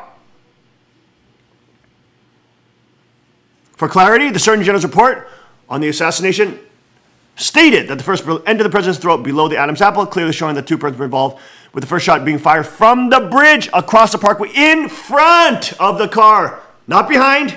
Lee Harvey Oswald was behind him in a building. The Surgeon General said, which now has been suppressed for the last 50 years by the deep state and the FBI CIA. The Surgeon General said that he was shot in the throat, in the front, from the front of the car. Meanwhile, they lied to you for the last 53 years, saying that Lee Harvey Oswald shot him from the back. These damning documents prove that the Surgeon General's report was suppressed intentionally. That this was an act of subterfuge against the American people. And that Kennedy, their president, duly elected president, the most powerful man on earth, was assassinated by multiple shooters and from the front. Wow. To further substantiate this, Potito said there was a bullet hole in the windshield of the president's car. Not exactly the narrative was sold to the world. That was sold to the world. And certainly not the narrative that J. Edgar Hoover proclaimed must be defended to the world. Here is Douglas P. Thorne via LouRockwell.com detailing the photographic evidence of bullet hole in JFK's limousine windshield hiding in plain sight. In 2009, I believe I had discovered new evidence in JFK assassination never reported by anyone else, convincing photography of the through and through bullet hole in the windshield of the JFK limousine. That had been reported by 6 credible witnesses. I revisited that evidence today, and I'm more convinced that the bullet hole in the limousine windshield is what I'm looking at in those images. But the readers of this piece don't have to take my word for it. You can examine the images yourself and make up your own mind. The evidence is contained in one of the banned suppressed episodes of Nigel Turner's The Men Who Killed Kennedy, episode 7 in the series called Smoking Guns, which was aired in 2003, and then removed from circulation by the History Channel in response to intense political pressure by former LBJ, Lyndon B. Johnson aides Jack Valenti and Bill Moyers. I'll tell you about the stunning evidence I found. Okay, and then he goes on to say, but look at this. Look at this. All right? So the Warren Report said that there's one lone shooter, Lee Harvey Oswald, shot him in the back of the head. But now we have declassified documents that the president has released that say the Surgeon General's report. This is the Surgeon General, the General of Surgeons, the top doc who did an autopsy himself, says that Kennedy was shot in the throat and from the front.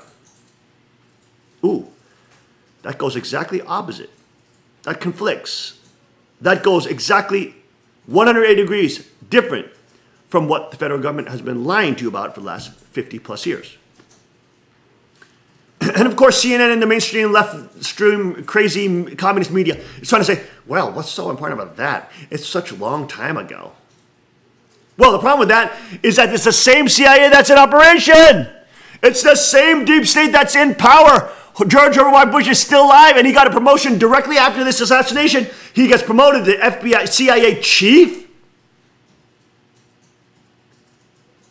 And they wanted to withhold about 3,000 pages of these documents because it probably has damning evidence of George Herbert Walker Bush, whom father called King of Satan's World.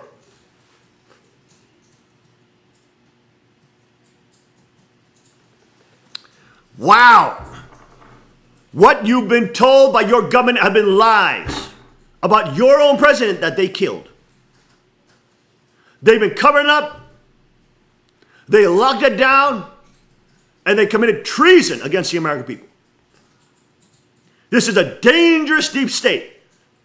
It is a lying, colluding, bought-off, treasonous apparatus that is ruling your life. Wow. That's incredible revelation that has been revealed from the documents. Also, in other parts of the documents, LBJ is a KKK member is written about in these documents that are released. So it's all coming out. He's the one, of course, that was the racist that said we got to get the black community voting Democrat for the next 200 years by giving them a little but not enough to make a difference. He was a KKK member. He was hateful of blacks. He hated black. He was a white supremacist. And he's the one who reshaped politically the Democratic Party to enslave blacks in a new form of slavery, that is the welfare state, which killed their entrepreneurship, killed their ability to compete, killed their drive to push out of poverty and push out of the control. But of course now they're waking up again. The black community is waking up again. And now more than ever, you have a record number of blacks and Hispanics and minorities supporting Trump. Because he is delivering for the last 7 presidencies.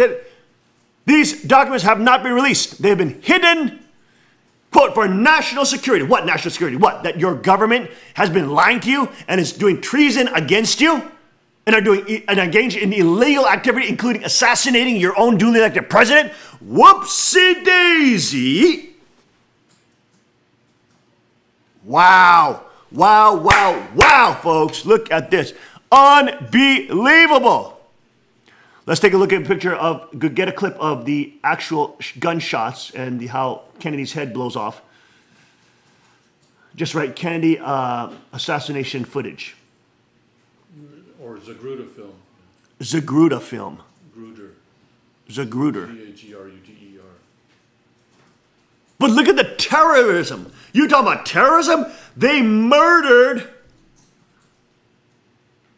The people who did this murdered the President of the United States of America, and they got away with it. And then Herbert Walker Bush got promoted to CIA chief right after.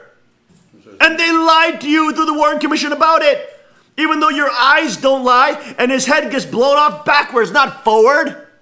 which means the bullet was coming from the front. ZAPRUDER. All right, let's get that footage up. You guys got that? This is incredible evidence. Okay, go ahead. Put that up big, quick. It's going to happen. Hurry up. Put it up. Quick. Okay, good. Okay, here comes the motorcade. Go ahead. Here comes the motorcade. There's President Kennedy. There's Jackie next to him. All right. Boom. We get shot in the neck. He starts collapsing down. Boom. And look at that. His head gets shot in the face, in the head, blows off backwards. And his head went backwards. So there was a shot, boom, and he felt like, you can see him start reaching to his neck because he was clearly got impacted. Go ahead and see that again. He clearly got impacted. Boom, in the neck. He reaches down, starts collapsing down, and then another shot, boom, in the head. And his head goes backwards, not forward. Look, see, he got shot in the neck, boom, in the throat right there. Starts leaning down, another boom right in the head. And his head goes backwards. Look, it goes backwards, not forward. If he got shot in the back, it would have gone forward. And everybody knew that by seeing the clips. Everybody knew it. But the federal government doubled down, and Lyndon B. Johnson doubled down, because everybody knows, and Roger Stone exposed in his book, that Lyndon B. Johnson is the one behind this. Because he was behind with the oil bankers and the Federal Reserve. And Kennedy was going after the Federal Reserve because he didn't want it. He was a Democrat, but he didn't want the American people to be slaves. I mean, he was a real liberal Democrat. A real liberal. Not a fake totalitarian Democrat. And wow, after being lied to for decade after decade after decade, almost half a century, almost more than half a century, after being lied to by the own subterfuge Black Ops, CIA, and federal government for the last half century, finally, because of Donald J. John Trump, we now have the classified files that proves definitively that the deep state knew that Kennedy was shot in the throat and then one in the head from the front. They knew it and they hid it because they called it national security, because they would be condemned, because they were the criminals. Wow! To kill and assassinate a duly elected president for the whims of LBJ and the whims of the banker Federal Reserve International Banking Cartel. These are who your senators and House of Representatives, congressmen work for. Wow. This is unprecedented, unbelievable. Look at that. This whole Warren Commission story, narrative, is a complete lie. And we've been proven right again. All those stupid brainwashed conspiracy theorists who harangued us and hated us for saying we're conspiracy theorists, you idiots are proven wrong again. You are the ones who are in a cult. You are the ones who are brainwashed. You are the ones who are not believing reality. And now the people who have called this out are vindicated. Cook Chong actually showed a documentary on this in Freedom Side about last 2 years ago.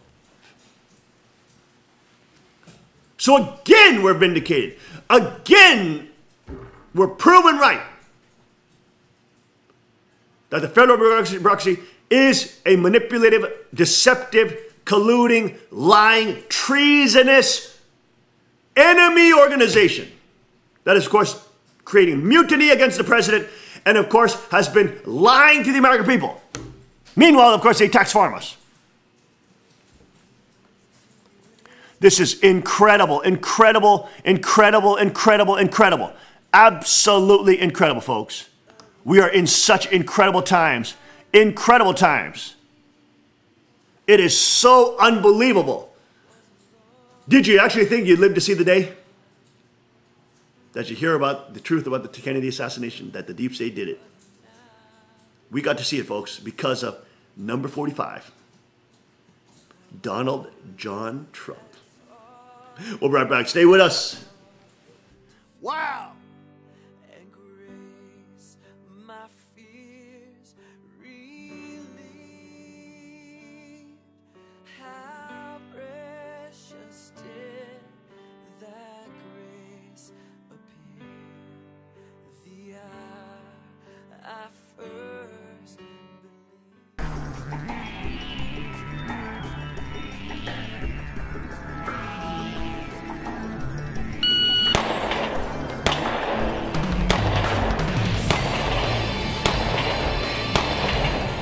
658.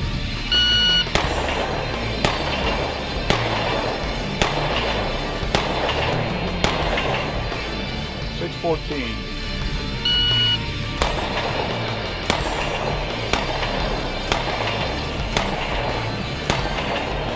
646.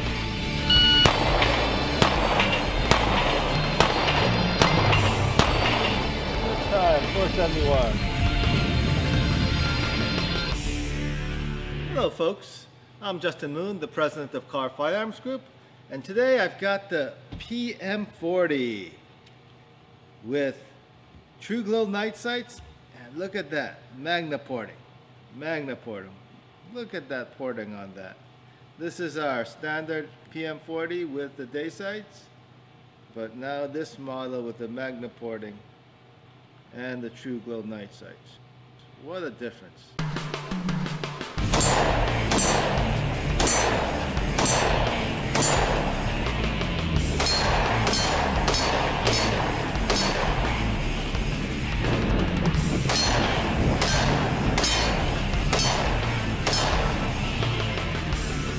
The 40 caliber PMs have a reputation for being quite a bit of a kicker. They do kick a lot.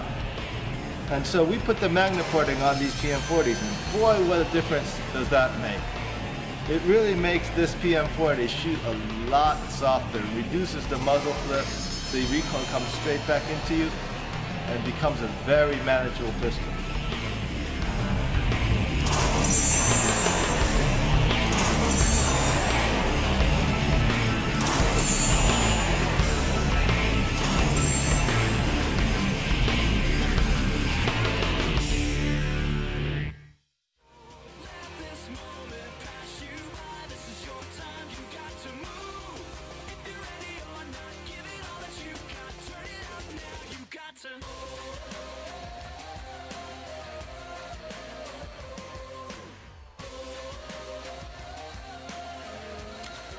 And we are back. Welcome back to the King's Report.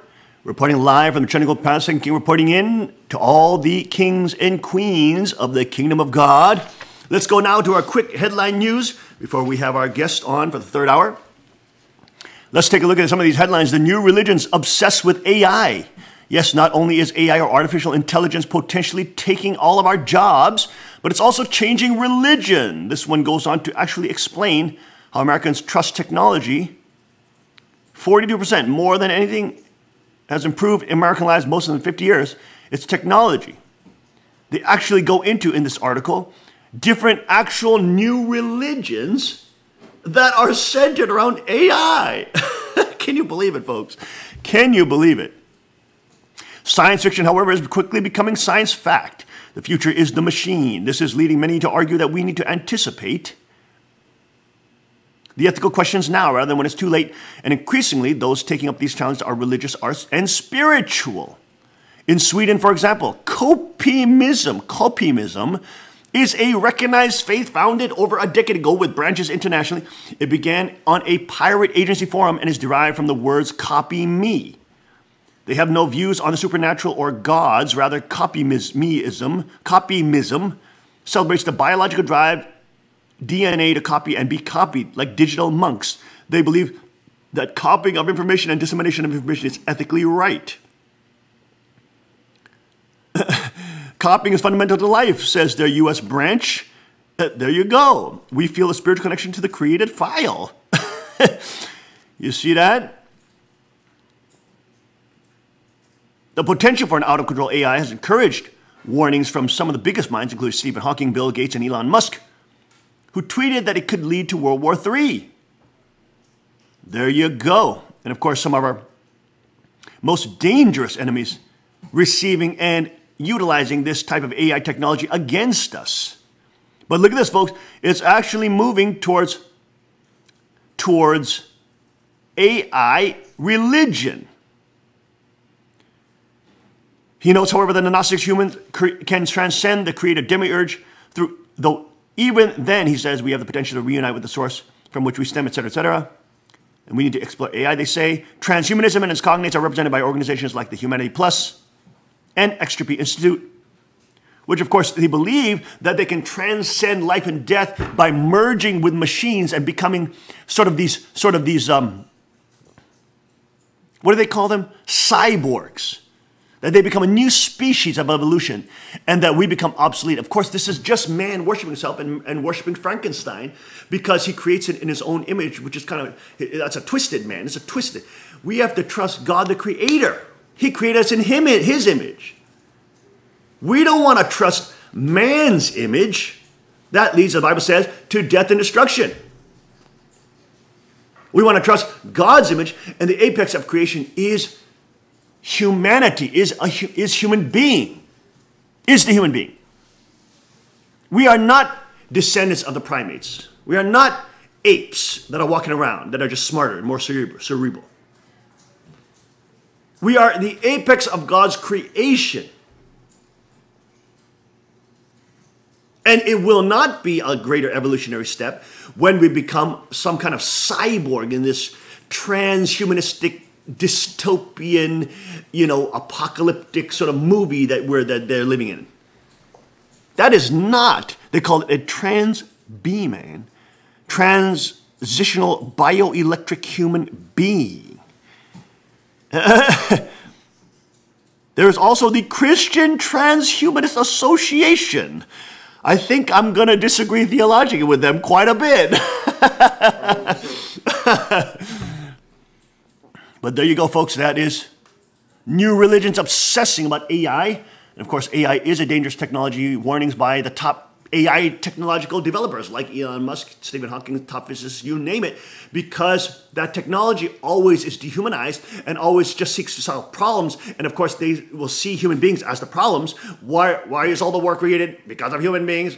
What is the solution? Get rid of human beings. This is like this. It's like just computing. Because they are soulless, they have no conscience, and they don't understand human beings are made in the image of God. And even though we're not perfect, God can still use us to create goodness. And that certainly doesn't get better when it's replaced by AI robots. That is very, very scary indeed. Also exclusive, Manafort indicted as cover for Democrat Russian crimes. Mueller's probe is, of course, a description of pivot from the Clinton DNC crimes. There's, of course, in reference to the DNC crimes of buying the dossiers from different peoples during the elections with the purpose of skewing campaign election results, saying that Trump had a pee gate and he was hiring prostitutes to pee on Obama's bed in the hotel room. I mean, just try to tie in with any Russian. And now it's come out, of course, that Hillary Clinton was the Russian agent. She had the uranium one deal with 20% of America's uranium being sold off as a Russian agent, head of the State Department, being sold off through the State Department to the Russian government. So she's the one actually now that has come out with the Kremlin ties. She's the one that's received millions of dollars through the Clinton Foundation. Podesta, Mueller, you name it. All her people have been implicated. And of course, that's why they were going on this witch hunt trying to say Trump was a Russian agent. Trump was a Russian agent. Because they were the Russian agents. They were the ones actually working with the Russians, making millions of dollars off of the Russians. It's just ridiculous. It's just, you can't make this up, folks. Truth is stranger fiction. It's just so crazy. Buchanan says it's Trump party now. President represents change a threat to the GOP establishment. More is now required of us than to put down our thoughts in writing, claimed Jeff Flake in his oration against President Trump just before he announced he will be quitting the Senate. And Pat Buchanan goes on to break down how Trump is finally taking control of the GOP party. And the neocons are now starting to flee, which is a good thing. And now the Patriots are really taking over. In other news, MSM crime to investigate Hillary Clinton ties to Russia. Desperation at its finest. As the public has finally begun to realize the extent of corruption surrounding Hillary Clinton, including the now infamous Russia uranium deal, the mainstream media has gone into hyperdrive to discredit and distract from the documented facts and are now going as far as to float the idea that Trump may be committing a crime for simply investigating Clinton at all. Also in other news, Trump slams sloppy Michael Moore for Broadway bomb. President enjoys trolling the left as President Trump trolls Michael Moore, the communist sloppy, according to President Trump, movie maker who's a complete communist. Trump tweets, while not at all presidential, I must point out that the sloppy Michael Moore show on Broadway was a total bomb and was forced to close. Sad. That was amazing. That was beautiful. In other news, 4chan-controlled flamethrower drone attack Sheila LaBeouf's "He Will Not Divide Us" flag. Trolls are determined to capture the flag by any means necessary. And the 4chan trolls are trolling Shia LaBeouf in his publicity stunts. Democrats shift. Dems say that Democrats should not race to impeach Trump until all facts are in. He's now in a step back. This is one of the most ardent, Adam Schiff, there he is, of California. He's one of the most ardent politicians that was going against Trump, saying that he needs to be impeached. And now he's stepping back, he's turning back. Not because he's doing it by conscience, but because he's feeling the political pressure that it is a sinking ship. Trump is taking control of this out of control situation. And now he has the Democrats on the run. And even their leaders have to say, hey, let's not be too hasty. Trump calls for prosecution of Democrats. Do something, quote. Comments come after reports of impending indictments from Mueller. President Trump responded to reports that special counsel Robert Mueller is about to indict people in his investigation into Russian interference in the 2016 election by pointing the finger at Democrats. Trump said the investigation into whether his campaign colluded with the Kremlin story is phony and bad for our country, a witch hunt, and evil politics. He added, the news that Hillary Clinton's campaign and the Democratic National Committee paid for the unverified dossier alleging scandalous behavior by Trump has united Republicans. Never seen such Republican anger and unity. He tweets, as I have concerning the lack of investigation on Clinton, made fake dossier. Now, $12 million, question mark. Hypocrisy Twitter bans Roger Stone but allows vicious leftist tweets. Social media platform once again proves it doesn't respect the First Amendment. And of course, a video of totally discredited comedian Stephen Colbert, completely discredited after Democrats admit P-Gate dossier was a forged fraud. That is your headline news for today. We'll be right back with our special guest right after this. Stay with us, folks.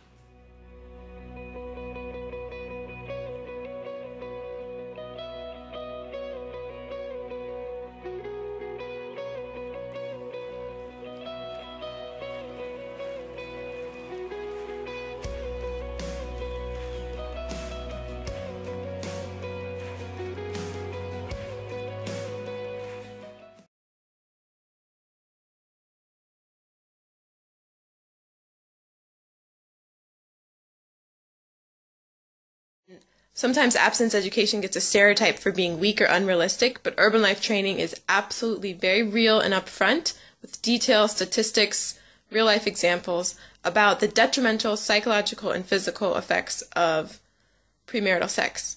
And that's something that I feel is not discussed enough in other educational arenas, and I highly recommend taking urban life training Hi everyone, I'm Erica Smith, former star guide with Ultra Teen Choice, now Urban Life Training, and I greatly benefited from being part of the organization. Not only did the free sessions educate me about the consequences of having premarital sex, such as STDs and unwanted pregnancy, but it also gave me the platform to be a role model for my peers and actually mentor youth in the Washington, D.C. community. And that was an awesome experience for me. So I really encourage you to attend the upcoming Urban Life Training this fall. I'm Jasmine, 17, and I live in Southeast Washington, D.C.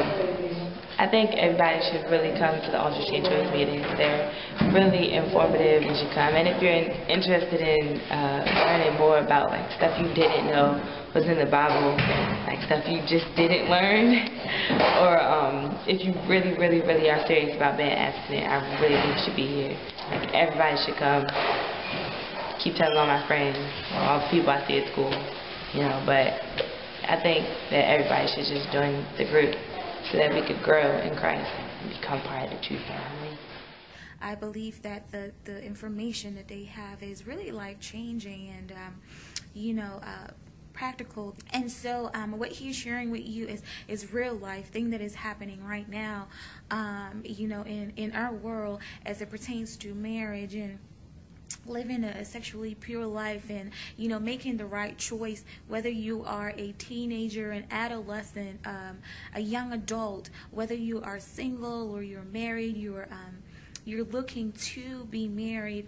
Those are some things that I believe this training will bring to light to you. And so I encourage you to, seek him out and seek the program out. And I'm pretty sure that your life won't be the same. Hi, this is Richard Urban, co-founder of Urban Life Training. This conference provides a practical and scriptural framework for the teaching of sexual abstinence in preparation for marriage. This is arguably the most important topic in today's world.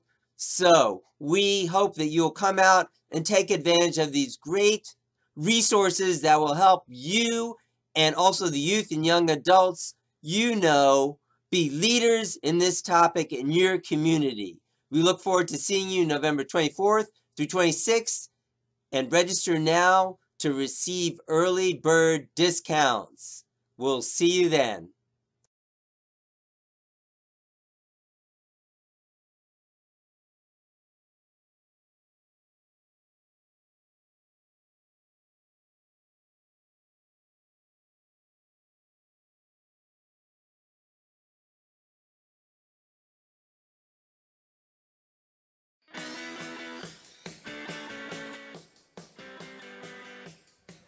Hi, welcome to Tommy Gun Warehouse. We have a short video for you this afternoon. We want to show you how to work the action on a P380. This is our very small pocket 380 that it has a very strong spring, to work the slide.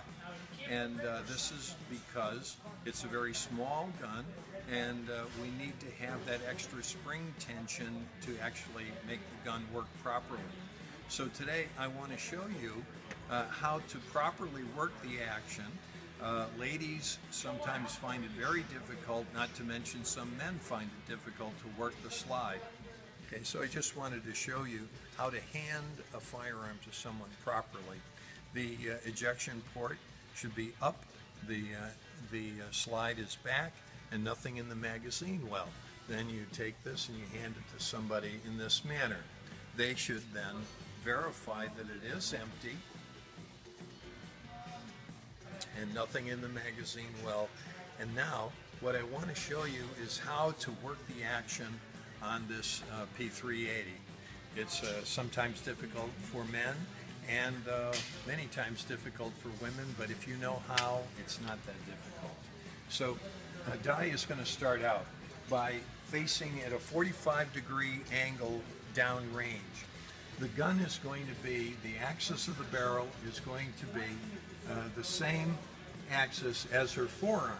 She's going to keep it closer to her chest, and then reaching over the top with her weak hand, she's going to make sure that this ejection port is clear, that her hand isn't in the way, because you don't want to have an accidental detonation of a primer and injure your hand. So using the upper body strength, you're going to, just work it together, push and pull at the same time, and lock it back. And it's just that simple. You might not get it the first time, but all it takes is a little practice and learning how to use your muscles, and you'll do just fine. I had started this just a short time ago, and after the third or fourth attempt, she was doing it perfectly. So thanks for listening. Come down and see us at Tommy Gun Warehouse, and we'll show you this P380. Yes, sir.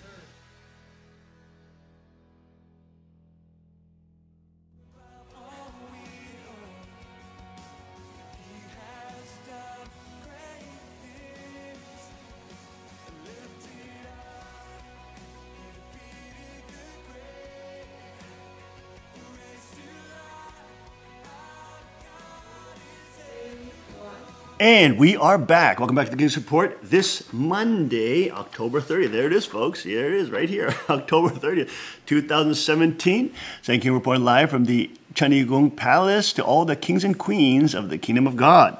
Welcome this morning. If you're just joining us now, we are now with Commissioner Matt Osterberg.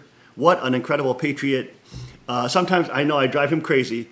When we were so thankful to our commissioners, because we had our whole congregation at his office and at his meetings, the commissioners' meetings, and we were talking about the NDAA and how that's scary that we would have such a loss. And the commissioners wrote an incredible letter affirming the Constitution and just showing real patriotism. So we're so grateful. We're so grateful to Commissioner Matt and of course Osterberg, and of course to Commissioner Rich Caridi. Pike County Commissioner. Pike County Commissioner, of course. And, we're so, of course, honored and happy to have him this morning. Sorry, it's a little early, It's a little early, but it's beautiful to be here on the top of the mountain overlooking our beautiful county and over the majestic Delaware River. Can you get a view? Could be a little clearer today, but I have a vision of what it looks like. I've been here many times, so it is beautiful. Living here as long as I have, I love being up on top of the mountains like this. It is beautiful, it is. Now, Commissioner Osterberg, of course, is married to Carol for 33 years, has 2 children, granddaughter, and also has been involved in so much incredible work. He is, of course, a St. Patrick's Church fundraising chairman since 2006, Minisink Valley Historical Society director since 2001, Pike County Republican Committee current member, Milford Enhancement Committee up to 2011, Historical Preservation Trust of Pike County, 1996 through 2011, CDD Dinner Committee, Port Jervis Elks Lodge, number 645, Knights of Columbus Council, wow. 13935, Pike County Historical Society Director, 2011 through 16, President of Pike United Way, 2011 to the present, Milford Community House President, 2011 through the present, Pike County Chamber of Commerce Director, 2011 through the present, I believe, and Pike EDA Chairman 2012 to the present. Also other accomplishments, books published for Images of America, Matamoros to Shohola, A Journey Through Time. He really does love the local areas and of course the parks, right? I do. I love the really, entire region. Beautiful yeah, parks. And I love celebrating the history of where we live, and there's so much for us to be thankful for in Pike County. Oh my gosh! Never mind in the country, but I focus my attention from my history major from Penn State on the local history, and I really enjoy it. Oh man, some of those waterfalls are absolutely incredible, and I didn't know that Pike was named after a general who was, I guess, under the auspices of Thomas Jefferson. Correct. Isn't Zebulon that Pike? Pike's Peak. So there it is. Yeah. Interesting name, Zebulon. Yeah. Zebulon Pike. I didn't know that. Well, this is the same Pike as Pike's Peak? It is the same. That's yeah. the Pike He County. never visited Pike County, though. But he never visited. Is that true? No, he was from New Jersey, where he was born. But it was because there was such a love for him in that time of era, and I believe around that time of 1814 is when he died. He died very young. But so people, name things after people in memory of them and in respect to what they have done for our country. And he was that type of guy. He was young. I think he was only in his 30s when he passed away. Wow, I was interested to see that he was connected to Thomas Jefferson. Yeah. At least in some, tangential way. That was quite exciting. Also, books published for Port Jervis, Delaware and Hudson Canal and the Gravity Railroad, Dingman's Ferry, Port Jervis, then and now. Also, I didn't know this about Commissioner Osterberg, but he worked at Lure's Ace Home Center. I did for 35 years. 35 years. Yes. That's amazing. So you could have just been going picking up some tools, and you would have met Commissioner Osterberg, all right? You didn't know he was at the time. Right. But he would have helped you. I wasn't. I was working at the hardware store and enjoying my life in town. He'd helped you pick out paint or pick out some hardware tools. I mean, that is beautiful. That's so beautiful. Daily schedule for employees, allocating time properly to meet customer expectations, provide quality customer service, payroll management, sales training.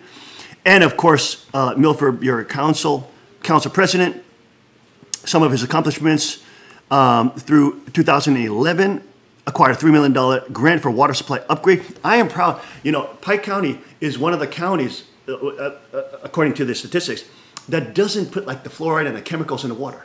No. So that's great. I mean, that's really helping the health of the inhabitants of Pike County. Acquired grant for municipal parking lot, consolidated Matamoros Milford Sanitation Department, collaborated on the formation of the Milford Enhancement Committee, collaborated on the updating of the Milford Borough Zoning Ordinance, and of course, Pike County Commissioner, Vice Chairman 2012 through 16, and Chairman 2016 through the present. Congratulations on the chair. So, can you share a little bit about your history? You mentioned during the break that you actually were born in Staten Island, New York. So you're actually a New Yorker? I was born in Staten Island, New York, as were my parents. So we're both New Yorkers. Yes. We'll move to PA. And my dad, being from the greatest generation, in the 60s, decided that he should build a summer house in Pike County. So at Twin Lakes, my dad in 1965 built a summer house. And every summer from 66 until 74, my mother would bring me and my brothers and sisters up here for the summer from Memorial Day until Labor Day. And then in 1974, my mother and myself, and I have a younger brother, moved here permanently. And I knew this was where I was going to want to live for the rest of my life. Now, did you fall in love with it? You guys, so you're coming up on kind of your breaks with your parents, and then you just fell in love with it. It's just so beautiful. I did. I fell in love with this area. Not sure my brothers and sisters truly did, but I did, and I stayed here. They didn't. They moved to other locations. But, we each have our choice to do that, But I knew from that time that I went to Delaware Valley High School, graduated in 76, and knew that I would never leave here. Wow. Went to Penn State University, and then started working at Lure's Hardware. Wow, isn't that amazing? So right out of college, you went straight to Lure's. Actually, right out of high school, I went right to high Lure's. school. Wow. Yeah, I would go back and forth from college to work. I just had to I had to work to raise my own funds to go to college. You're a busy student. Yeah, I couldn't do both. I tried to do both. I couldn't. It was either work or school. When you're 20 years old, there's things that are just different on your mind, right? Wow, that's great. So in 1983, I graduated, and then I came back here, and then my wife Carol is from Matamoros. Born and raised in Matamoros. Our parents are born and raised in Port Jervis. So, I had this connection then to the history here. So it was a great mix. I mean, I love my wife a lot, and, we have a great marriage with two children now. Oh, you guys are beautiful. You're a beautiful couple. Yeah. So we have, to me, I live my dream life. Praise God, man. God is good. Absolutely he is. I've only lived a mile and a half from wherever I worked. I never commuted. I never had a long commute. I could ride my bike to work every single day and come home for lunch every single day. How healthy is that? Yeah. And go to every single one of my son's baseball games and my daughter's plays. It was never a matter where, work got in the way. Working for a small family is important. Oh, absolutely. Because they understand family, and family is what this is all about, and this community is, and that's what I look at my role as Pike County Commissioner as. Well, you guys have been doing a phenomenal job bringing in new business into the area. Of course, we're so grateful with CAR and everything, and just bringing tons of new business, new residents. We have all sorts of people moving in. We do. It may be a little slower now than it was in the last number of years, but the thing I look at is, it's nice to be bringing new people in here. Yeah. And it's just as important, or more important, that we take care of the residents we have here. Yes, yes. I always wish that I could, like my children don't live here because unfortunately there is not a lot of opportunity here. So that's where the jobs come in. I want somebody to be able to live in this community and not have to worry about commuting for an hour and a half because it just destroys families. That's so true. It puts, I don't know if destroys is the right word, but it puts a lot of pressure on them. It really does. Undue pressure. Yeah, and if you have that extra 3 hours that you could have had other than commuting, you can spend that with your kids. You can go see a movie, you have dinner, you know what I mean? And you have that connecting time. You do. And not only that, think about the volunteerism. Think about, you know, we have people that are, we have our ambulance services and our fire companies and our churches and our United Ways of the world and everything that's looking to help those that have much less than we do. But when you have people commuting for 3 hours, how much time do they have when they come back home? They're tired. That's what I normally say. They're just tired. And then they want to spend time with their family, you know. So all of this it's just stuff easier is to turn on the TV. That too. That too, you know. You know? Yeah. But it's like it's so critical because it almost seems like the city grids and like everybody having to move to cities and all the small businesses going on because you have the big monopolies and the big businesses, et cetera. There's nothing with big business, but a lot of these businesses are like, you know, have these special deals and everything with the larger, you know, feds or whatever. And you have like these protections over, you know, that are over the big businesses, but then it's putting out the small businesses. And then you don't have the local economy. And then now they're using AI technology to replace the workers at McDonald's. You see even in locally like McDonald's or like at Walmart. Correct. I try to not use those lines and try to go to the person where the person is there, because then, you know, your dollars are speaking, you know, and saying, hey, we really appreciate this person. Yeah. Yeah. But like that local economy is so critical, you know, because we don't want our kids to be commuting 5-6 hours or having to move away, you know, to a different city to find employment or something, stuff like that.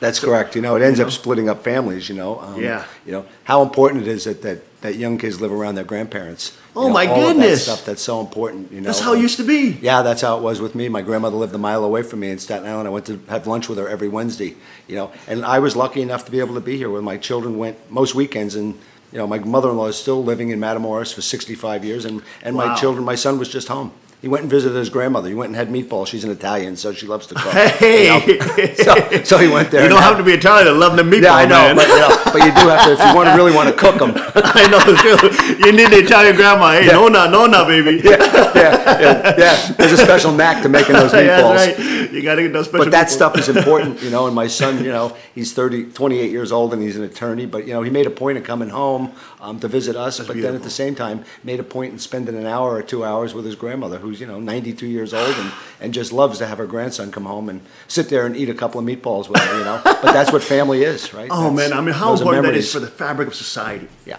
I mean, when families are fraying and they're separated and they're like, you know, in different parts of the country, it's like, you know, you used to have the family farms, you know, you grew up with your dad on the farm or, you know, whatever, and it just passed down over time, you know, and you had the family business, you know, you had the family, or the Italian restaurant, you know, that was passed down over time. Right. I love the local, what is that, the Caninis down in Milford, the brothers that are operating Caninis up in Carini's. Carini's. Yes. They're wonderful, man. They make the best pasta, the best, like, we go on our dates there all the time. Because, like, those guys are not only local, but they learn from their parents, you know, and from their grandparents. And it's just like, it's so authentic. It's so beautiful to see that, you know. But it's like so many American businesses, you know, under Obama, et cetera, were just collapsing. The economy was dying. We were being deindustrialized. And, like, people weren't finding any way to get on track, you know. Right. And so now let me just get your breakdown on President Trump. How exciting it is to have a president that is doing like what he actually promised during the campaign trail. Well, and that, you know, that'll lead me into my little segue here. You know, finally what we see last week is we see a president who has finally stepped up and said that this opioid issue is an epidemic. It's a health crisis. Yeah. How long do we have to wait for that to occur? You know, I know it's early on as to what his plans are, but at least someone is recognizing this and going to say we need to attack this on all fronts. Because, you know, even in a small county like Pike, just last week we had 3 overdose deaths. You know, right. This is just ravaging families. When you get back to families, you know, what this is doing to our society for the almighty dollar. And that's just where I look at this. This is all about money. And it's hard to get people to react to it because I think maybe in urban areas, they can't really put a face to it. They hear about the overdose deaths, but, you know, whose child is that? Whose brother is that? Whose son is that? But when you're in a small county like Pike, and living here as long as I have, I know those family members. I see those moms and dads, and I see them grieving and now trying to make a difference on how they can at least keep their child's memory alive by at least trying to stop this from occurring to others. It's terrible. just It's very it is tragic. terrible. So when you look at Washington, they seem like they're constantly in turmoil, and I Yeah. think they probably are. Yeah. But at least in this one instance, maybe they can all come together and stand up and Hey, say, it'd be nice if the Dems and they can actually Yeah. come together. all of them, the D's, the R's, the C's, the S's. I don't care what party they are, but as long as Right. because this opiate epidemic is not it's not facing one political party. It's facing every one of us. It's destroying us. And how addictive are any one of these drugs? I mean, we know that even the British were using that, on the Chinese, right, the opium wars. It's so addictive when people get on it, it's like they can't stop. Right. And what's sad is that then the gangbangers who are running the drugs, they get super rich. Right. So this is, of course, a problem. Now, of course, there's different theories on this. Like, for example, Portugal decriminalized the use of narcotics, and they basically regulate it like tobacco. And what they found is they don't have an increased rate of drug addiction, and actually the drug-related crime got collapsed. So there's different theories on it, obviously. But of course, there is this, we had Dr. Burgess, he's a naturopathic doctor, just on last week. And he was saying there's this natural medicine called, what is it called? Ibogaine? It's ibogaine. It's from the iboga tree bark in Africa. And he's used this to treat patients who can literally go like on a week, get this treatment for like a week and come back and they're off of it. So Wow. there's a lot of, obviously I haven't there's heard a lot that. of different things. Yeah. I never heard of ibogaine. I was Yeah, like, what? never did Ibogaine either. from Yeah. iboga tree in, in Africa. But hey, we know that God makes all these medicinal, like aspirin is from willow bark and all this stuff. Just, God's goodness, He provides, So there's obviously many people trying to help people who are addicted. And of course, once you're addicted, I think like your life, you can't get off, right? Well, you're always in recovery. You're always in recovery, You're and it's always in so hard. recovery, Your and isn't that withdrawals horrible? and Right. Isn't that horrible? It's that we're always devastating, in recovery, absolutely devastating. And we just keep on adding to it, for them to make these claims that opioids are not addictive Oh back my in gosh, the 90s, come on. and we can control the addictiveness. They knew this back 100 years ago or more. They did. Right? How horribly addictive this stuff was, but that they could treat pain with this, And I don't think anybody's saying that we don't want people that are in palliative care and, dying of Sure. cancer or have major surgeries that they shouldn't be treated with this. But if you go in and get a wisdom tooth pulled, I don't think you should go home with 30 oxycodones. I think you should go home with an aspirin, or if your knee hurts, maybe you should go home with an ace bandage, as my mother would put on my leg, Yeah. and say, you're not going to die of pain. Exactly, right. Suck it up and work through it, But we just, we've decided, or we've made society believe that we can treat pain at any level. And it's just not right because It's not with these addictions. I mean, this is like so Yeah. chemically, it takes control of your whole central nervous system, and it makes you you become a different person. You do, and it's you can't compare it to many other things that are going on in our society, It's not like eating a burger or something. Right. People can get addicted to a lot of things, but I don't think it has the impact that this has on society, Smoking cigarettes definitely is not a good, healthy habit It's to not, have. it's not. But at the same token, it doesn't have such an effect on society as, being addicted to oxycodone does, About fentanyl, and how even first responders can be accidentally overdose through just by touching someone who has a fentanyl on their clothing or. Oh, I heard about that. Yeah, you reported about it the other day. And carfentanil and all of these, little grains the size of salt that are that can actually be deadly. And they're putting it inside the opioids, right? In the heroin and all that stuff. They are. That's nuts. It's like totally crazy. Right. And that brings in the whole thing with Narcan. There's this whole belief out there that Narcan is acted as a crutch. Now hold on. For the lay person, what is the Narcan? Narcan is the antidote for overdosing on heroin. So if you're overdosing on heroin, you can get spray Narcan up your nostrils, and it's an inhaler, and it brings you right back around. It saves their life. And there's, you go online and look at these. It's like miraculous. They call it like the Lazarus. So it does work. It does work. Oh, absolutely. Yeah. It's, but temporary, or is it because the people get back on again? Well, what it's doing is, at least at that moment, is saving their life, and I hopefully see, we I can see. get them into recovery so that this doesn't happen again. But, we need to have this stuff. What are we going to do? We're going to sit around and just watch our young people and whoever die when we have this ability to bring them back and hopefully get them into recovery. That's what we're looking to do. If they die, we're not getting them into recovery. Yeah, and then, of course, that's what you guys were talking about also with the faith-based initiatives and have the faith, the churches too, try to, because we see even with Alcoholics Anonymous, right? It's like, yeah, we can do it with certain therapies or whatever, but in the end, it's got to be a real commitment. And a lot of studies found that the programs that work is where the people commit themselves to faith. They do. How important 12-step is that? programs work. Yeah.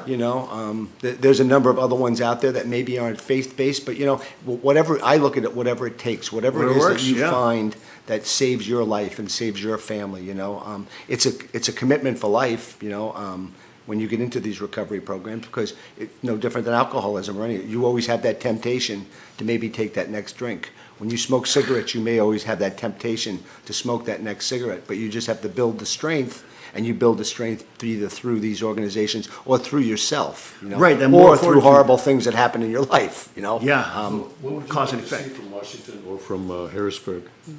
I think we need to hold the pharmaceuticals responsible. I just read an article again last night where you see that there's companies out there like Purdue Pharma who have made billions of dollars, and their family is sitting on $13 billion in assets. And they're the ones who back in 1996 made a claim that this stuff will not be addictive. I mean, and the FDA believed them. How can you believe that this product, which was developed, I believe oxycodone and Oxycontin was developed by the Germans in like 1912 to satisfy the needs of the injured on the battlefield in World War I. But even they knew that this was just a fix for that time, not something, because then you go from 1912 to 1996. How many in this room ever heard of oxycodone? I never heard of it. Did you ever hear of it? I'll tell you the thing I heard of it first. In 1999, my best friend comes home here for Thanksgiving and spends a weekend with me. And we're 40 years old. And he goes back home, he lives in South Carolina. A week later, his wife calls me, tells me George is dead on the couch. Oh my goodness, I was like, what happened? He said, he overdosed on oxycodone. I had no clue what she was even talking about. And she said, well, oxycodone is like a derivative of heroin. I said, this stuff is legal? She says, oh yeah. He was taking it because he had a really bad back injury, which I knew he had, and he got addicted to it. That's incredible. Right, so this is the first time I ever hear of this, but prior to that, I never knew what that stuff was. I don't think anybody, like I say, I don't think any of us in this room, we're all near the Never same heard age. of it. When Like, we were are they younger- giving that as an antidote to heroin addiction? No, That would be, no, okay, they were giving her back injury. To a back pain. So it's a Back it's a pain. total Right, back you know. injury, So- back pain relief. So Wow. prior to 1996, what were we taking for back injury?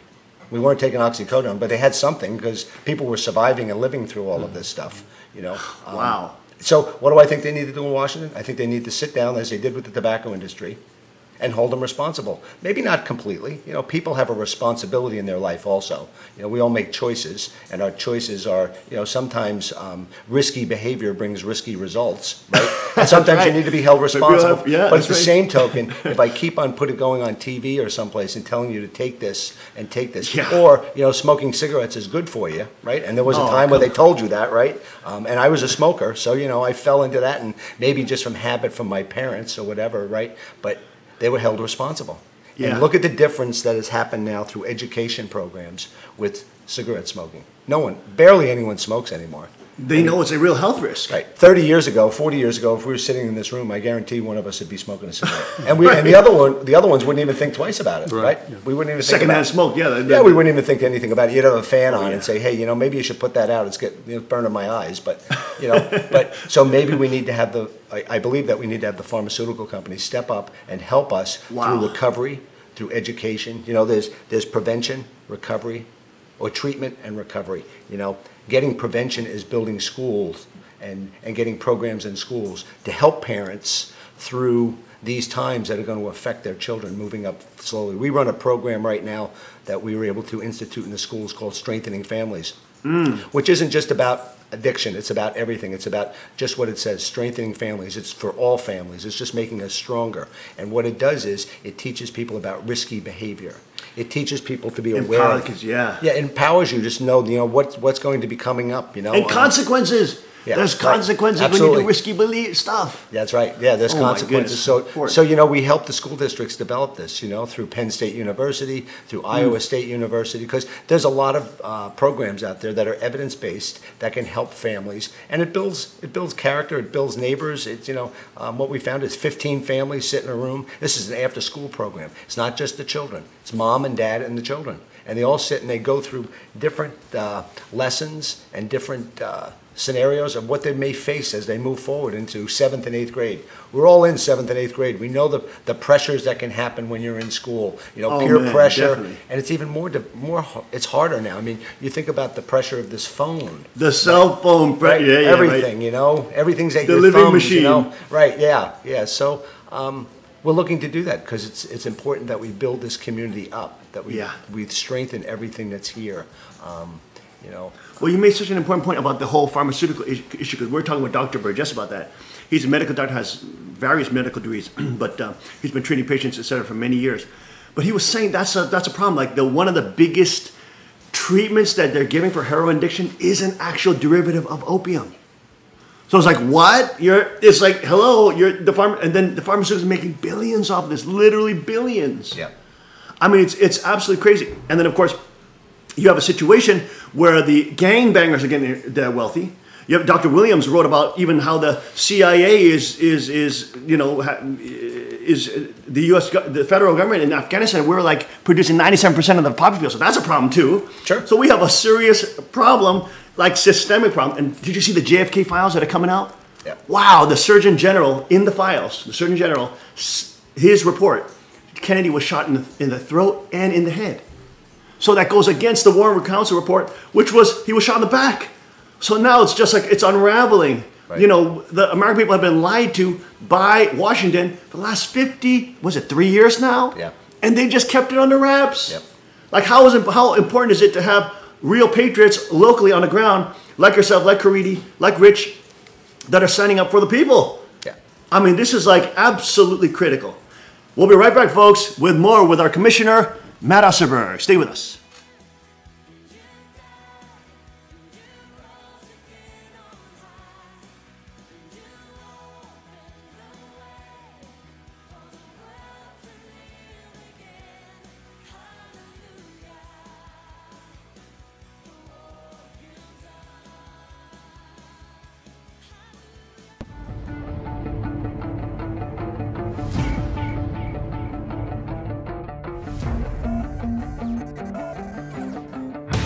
I'm down here at the range today. I just learned a new technique from the father of the .44 Magnum, Elmer Keith, which is called shooting out of the notch, which allows you to make really long distance shots and still have an extremely precise sight picture. So I brought my CW9 car down, and with this little gun, we're gonna shoot this little munchkin at 200 yards up in the hills, applying this technique, and hopefully we'll make the shot.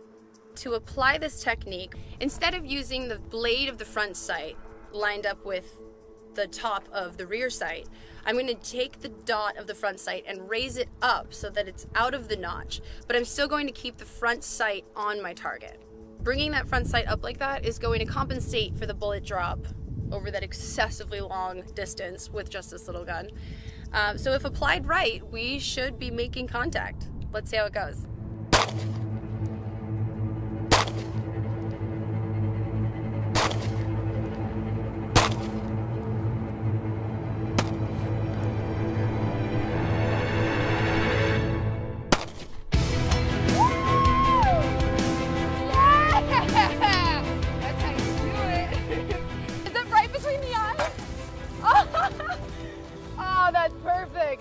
I saw this shot, so I'm a little bit out of breath because you gotta run to make sure that is what I thought it was, and it was. So while making this shot, from that distance with these white dot sights, it literally would cover the entire target. You couldn't see what you were shooting. So using the Elmer Keith technique, you were able to raise it out of the back notch. I can't breathe. Out of the back notch, allowing you to keep your accuracy, aim, and also still see the target, which is key because it was a hard shot, not gonna lie. But yeah, it went great, and Elmer knows what he's talking about. And for such a small gun to be able to take that hit, I'm very impressed with this. All right, guys, be sure to like and share, and I'll see you out on the range. That was awesome. Hey, can I try that one? Yeah, let's do it with the 380. Does everybody have eyes and ears?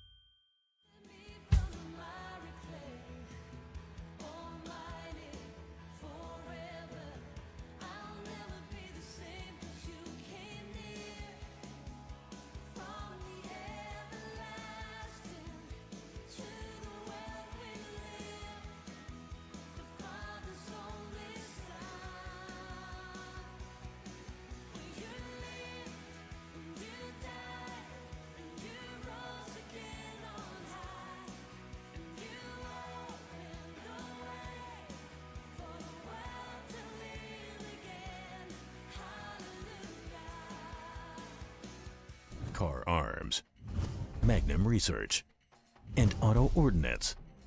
The Car Firearms Group. With a diverse product line that blends American craftsmanship with cutting-edge technology. It's no secret why gun enthusiasts choose Car Firearms Group. From the Desert Eagle and Baby Desert Eagle made famous by Hollywood. The history of the 1911 and the Tommy gun. To the best in compact concealed carry. Car Firearms Group is not only the first name in personal defense, it's a name that has earned the respect of gun enthusiasts around the world. Concealment, innovative technology, value, accuracy, and history.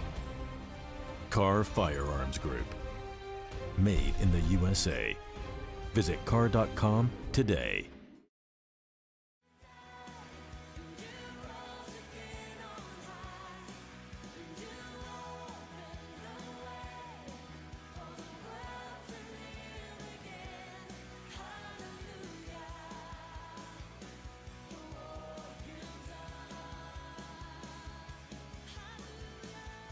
And welcome back to the King's Report. This Monday, October 30th, we are here with Commissioner Matt Osterberg and talking about during the break the reality of how deadly and devastating, oxycodone and of course the opioids for society, but also on the person, devastating. And many times you have to take one medicine on top of another medicine. And you were talking about Narcan. Tell us a little about Narcan. Well, Narcan is the product and the drug that they have out there to counteract an overdose. So if ambulance personnel or even family members can get to somebody who's overdosing on opioids or heroin, this is a simple aerosol that goes up your nostrils.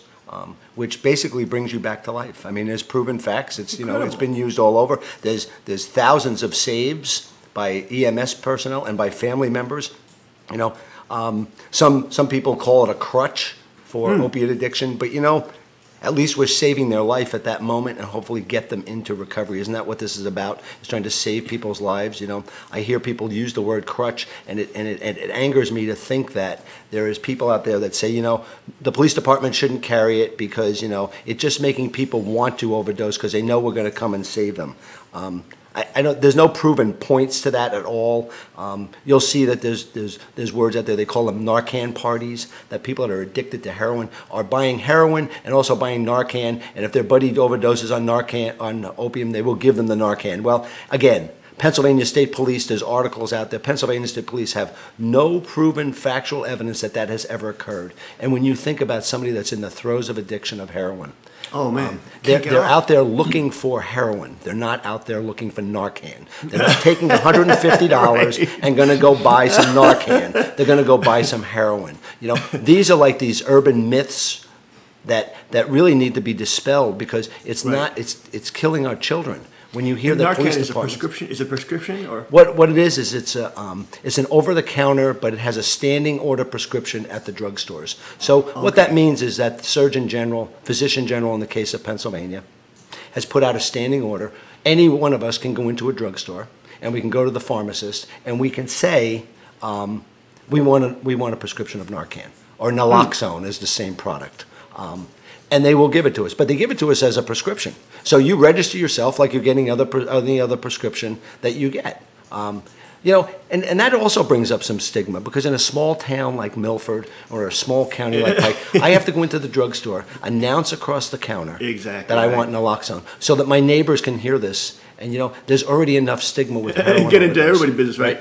But here's what I'm recently found out and researched about, that you stand the chance of, when you get a prescription of Narcan, that you can lose your life insurance. Yeah, you were just mentioning that. And if you go online and type that in, you will see that there is factual evidence out there that says that can happen. And I've heard this from somebody I know who this happened to them in North New Hampshire. So these are the things Washington needs to change. That's not up to us. They need to make it so that Narcan is truly over the counter. It's non-addictive. It doesn't hurt anyone if you take it incorrectly. If you give it to somebody who's not overdosing on heroin, it's not like you're going to harm them. You're not. So why not make it so that I could walk into the drugstore and pick it up off the shelf like I do a bottle of aspirin? Why do I have to announce to the world that this is what I need? You know, it's with that huge stigma. Ooh, one of his children, or you know, exactly. And you know, when you know, that's what the first thing we think of is that somebody in their family, a child or somebody, is addicted to heroin or has an opiate issue. But you know, there's enough prescriptions out there of opioids to senior citizens for needed pain relief, and maybe as a child who's taking care of a senior parent, you want to have this product in your house in case your mom or your dad overdoses on it. And it can happen. But if you do that, you stand the chance of losing you're trying to help your parent or your loved one, or whoever it is, right. And you stand the chance of losing your life insurance. You know, I talked to one parent who says, you know, I don't tell my son that I have Narcan in the house, because I don't want him to know that there's a product here that possibly could save his life. I'm trying to keep him so that he understands we need to stay away from this opioid. So, you know, there's a lot of stigmas with this, you know, but again, where's the government? Why aren't they making this easier for us? Mm-hmm. It's not effect on anybody, you know, but we want to keep this hidden in the closet, you know. We make it so difficult for people to dispose of pharmaceuticals, right? We have drug drop-off boxes. Just this past Saturday was National Drug Drop-Off Box Day. That means that people can take all the pharmaceuticals that are in their house and dispose of them correctly without flushing them down the toilet, without throwing them in a landfill, right? Oh, man. So we have, but we also getting them, like particularly the opioids, out of people's medicine cabinets so they don't get diverted into the wrong hands. But why shouldn't it be that there's a drug drop-off box in every single pharmacy in this country? Right? Interesting. You know, I've been fighting for this for 6 years. In Pike County, we had, up to last year, we had 2 drug drop-off boxes. One in the Sheriff's Department, one in the Eastern Regional Police Department in Matamoros. Great locations, have nothing bad to say about that. But talk about places that are intimidating and inconvenient. Yeah. Most people don't want to be seen going into a police station for obvious reasons again, you know. It's a small town, why are you going to the police station? But also inconvenient. How many of us go into a police station? How many of us go into a drugstore? All the time. All the time, right? So we were able to, after a year of negotiations with the DEA, we were able to get a drug drop-off box in a local pharmacy in Lords Valley. The pharmacist up there was more than willing to do it, but he's a small store operator. He's a small town store, just as you said earlier about how important small businesses are. Here's a man who stepped up, Dennis Doherty, stepped up and said, you know what, I will do this for the community. Now, we, the county, and the DA's office have to go pick up the pharmaceuticals and dispose of them because there's a cost to it. But when you look at these big conglomerate drugstores like Rite Aid, CVS, and all the money should not be an issue with this because they could put these boxes in. Their argument to this is this: if I put a drug drop-off box in my pharmacy, somebody's going to break in and steal the box. Well, you know, if I'm going to break into a drugstore, I'm not stealing a box that may be like the booby prize. I'm going behind the counter. That's their argument? Because I was going to ask you about that. That is their argument. That's outrageous. The latest argument is that it must be in a 24-hour facility. That's not true. I mean, banks have drop-off boxes, you know. Bolt them to the wall. Absolutely. I mean, come on. ATM machines. But so, you know, why I'm on here, I'll tell you.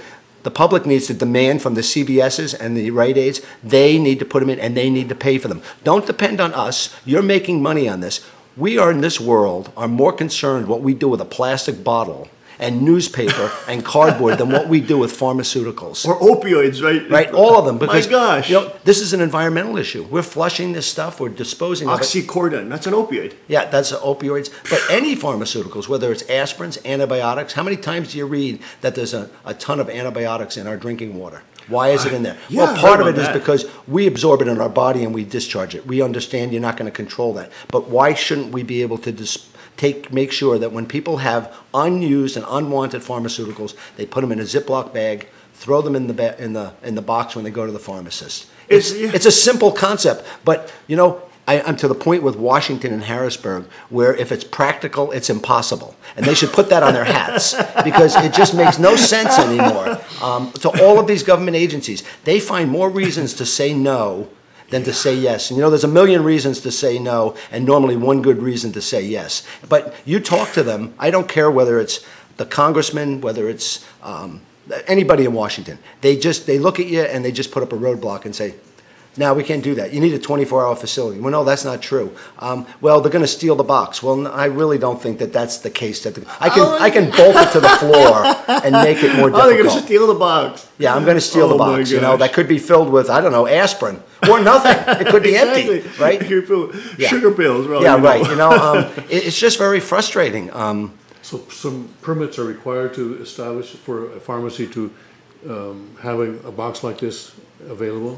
Well, for a pharmacist to put in a box right now, it's privately.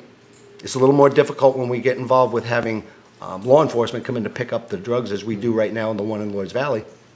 But if a Rite Aid in Pike County wants to put in a drug drop-off box, here's how simple it is. They contact the DEA and they get what they call a reverse license. Drugstores have licenses to dispense opioids. They have to by law, right? Which makes sense. We have to know who's dispensing this stuff. But they also need a license to receive it back. So they need to have one that allows them to have a disposal unit in their facility.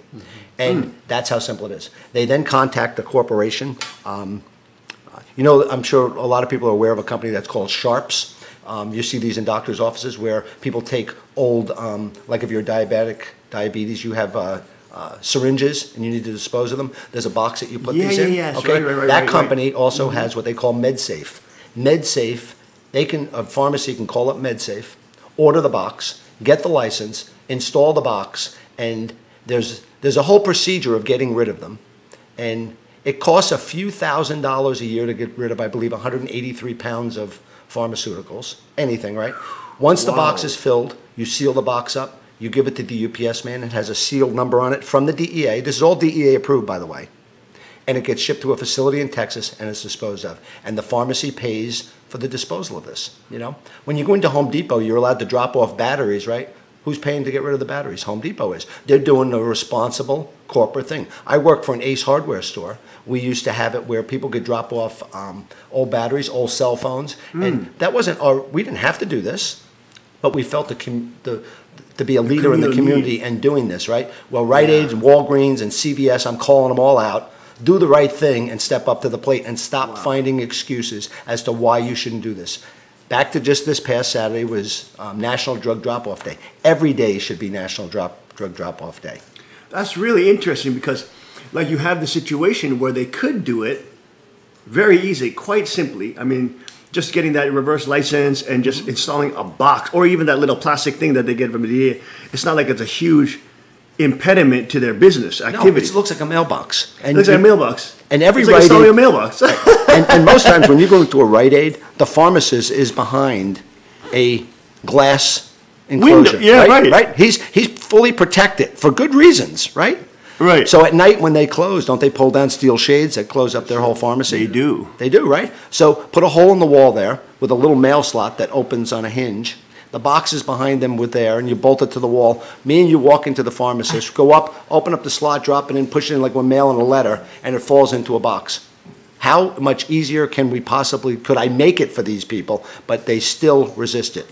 Well, it's interesting because what's the cost effect of that? If you don't do that, or if you don't have a place where people can dispose of this properly, then it gets into the water supply. If you flush it, right, it gets into the water supply. It gets into the wrong hands. It gets into the wrong hands. It lays in people's medicine cabinets until until they plan a national drug drop-off day. Right? A kid could just be playing around and pop, 10 pills. There's discussions where people that are addicted to opioids have made plans to go to a real estate office, and I've heard this from many people, and they'll say, I want to go and look at certain houses. And they've already scoped out the houses, knowing that senior citizens live in the houses, people that would be most prone to have these type of opioids in their house. Now you go in, the realtor shows them the house, and one last thing they say is, hey, listen, can I just use the restroom for a moment? Oh my gosh. And they go into the restroom and they go through the medicine cabinet. Now maybe they find something, maybe they don't. But my point is, why don't we make this so much easier for people to just get rid of this stuff if they don't need it? I mean, if it's going to be in there because they need it, you're not going to really stop it. But if it becomes, old, like you go to the dentist and maybe you got some oxycodones and 2 weeks after your procedure on your wisdom teeth, you have them to get rid of. Well, the next time you go to the drugstore, you can get into a habit of getting rid of them. Like we get into the habit of telling people, take your aluminum cans to the recycling center. Take your it's like we are more concerned about those plastic bottles than we are about these pills. I'm sorry, that's really what it's come down to. The environment is so important, but yet we make very little effort to do this because of all these crazy reasons. Well, in the end, these pills do harm the environment. Because they're getting back into the water, into the land. If you just throw them out, or obviously there's costs to people that are taking them kids getting addicted to this stuff. Oh my goodness! Talk about the cost benefit analysis there. My goodness. Yeah. It just seems it seems like I said, it's just too practical, I guess. If it's practical, it's too practical, and it makes too much sense. That's right. For it actually to become a standard procedure. So, my point with this is, I don't have to wait for the government to do this. CVS can do this on their own. They just need the license. So we as the customers need to shame them into it. Well, how easy is it? Because you're right. You mentioned the fact that the CVS is the right age. They're these big conglomerates, or nationwide conglomerates, or I guess international. Sure. I think I've seen CVS in other countries too, right? They're international. But but how important is it to have local pharmacies? But there's another way to do this, and CVS and them have enough money to be able to pay. Yeah, money to just. But there's another way to do it. Being in the retail business, there's a thing out there that's called co-op advertising. In fact, I'm sure CarArm does this, where they have vendors and they have people that sell their product, and they'll say, hey, listen, if you run a newspaper ad, we'll pay you 50% of the ad, to promote our products. Right? That's called co-op advertising. Right. So when you think of all of the pharmaceutical industry out there and all of the drug companies, we're not just talking about opioids, we're talking about Bayer aspirin, we're talking about all of these companies, Johnson & Johnson. You get each one of them to take some of their advertising dollars and put it towards the expense of getting rid of these drugs and putting this box in there. We're talking nothing. Yeah, we're zero talking money. Zero. So that would help the smaller mom and pop pharmacies, right? There's ways around to do this. Like I say, there's ways to do it if you want to do it. But there's also, like I say, you can find a million reasons to say no, It's not even like it would devastate their business model. No. It would not even be help them. A glitch. Think about the public relations they get out of this. Oh, they would. This is what I've tried to explain to them. If they could use this as a PR program. When CVS stopped selling cigarettes, right? They used it as a big... You should be their PR manager. Yeah, well, I've called them. Because you'll make them $1 billion. I barely get past the secretary. You know what I mean? Because we'll feel better about going to a place which is actually taking care of the health and of the city, the borough, whatever. Right. Remember, Rite Aid is a Pennsylvania corporation. Oh, is it? It is, yeah. So shouldn't they be doing the right thing for the people of Pennsylvania? We've done the right thing by them. Their name is Rite Aid. Come on, and do some Rite Aid. Yeah. So tell everybody to shame them into it. Next time you're in Rite Aid, tell a poor pharmacist who, and I'm not looking for you to go after because he has nothing to do with it. He has nothing to do with the policy. He's just worker. He's just a guy getting a paycheck after every week. But, corporate needs to be told. Step up to the plate. Exactly. Yeah. That's a very interesting solution. That's a real solution. to help people get those out of their houses. You know, so we understand the numbers. And I just heard the Attorney General of Pennsylvania talk about this. 70% of the people that have become addicted to heroin have begun on some form of a prescription. Either a legal prescription or an illegally received prescription. So if 70% of the people that are on heroin started on these pills that are being manufactured by these companies, what better way to start to get them away from people than putting drug drop-off boxes in there? At least it's a step in the right direction, right? This is very interesting. These are big numbers, 70%. Well, it can only come from a common sense patriot Republican like yourself. Right. Because I know the Democrats are saying, well, this is not the way. We have to do this. Give more money to Washington. Right. Yeah, in some cases it is, you know. That's why I say all of us need to come together on this, you know. Oh, my gosh. They all need to come together on this. Because I don't care whether you, and I'm just going to say, I don't care whether you talk to a D or an R about this issue that I'm speaking of. It should be common sense. You get like, oh no. No, we'll talk to the DEA about it. Well, okay, that's not going anyplace, you know. I might as well talk to this glass table, you know.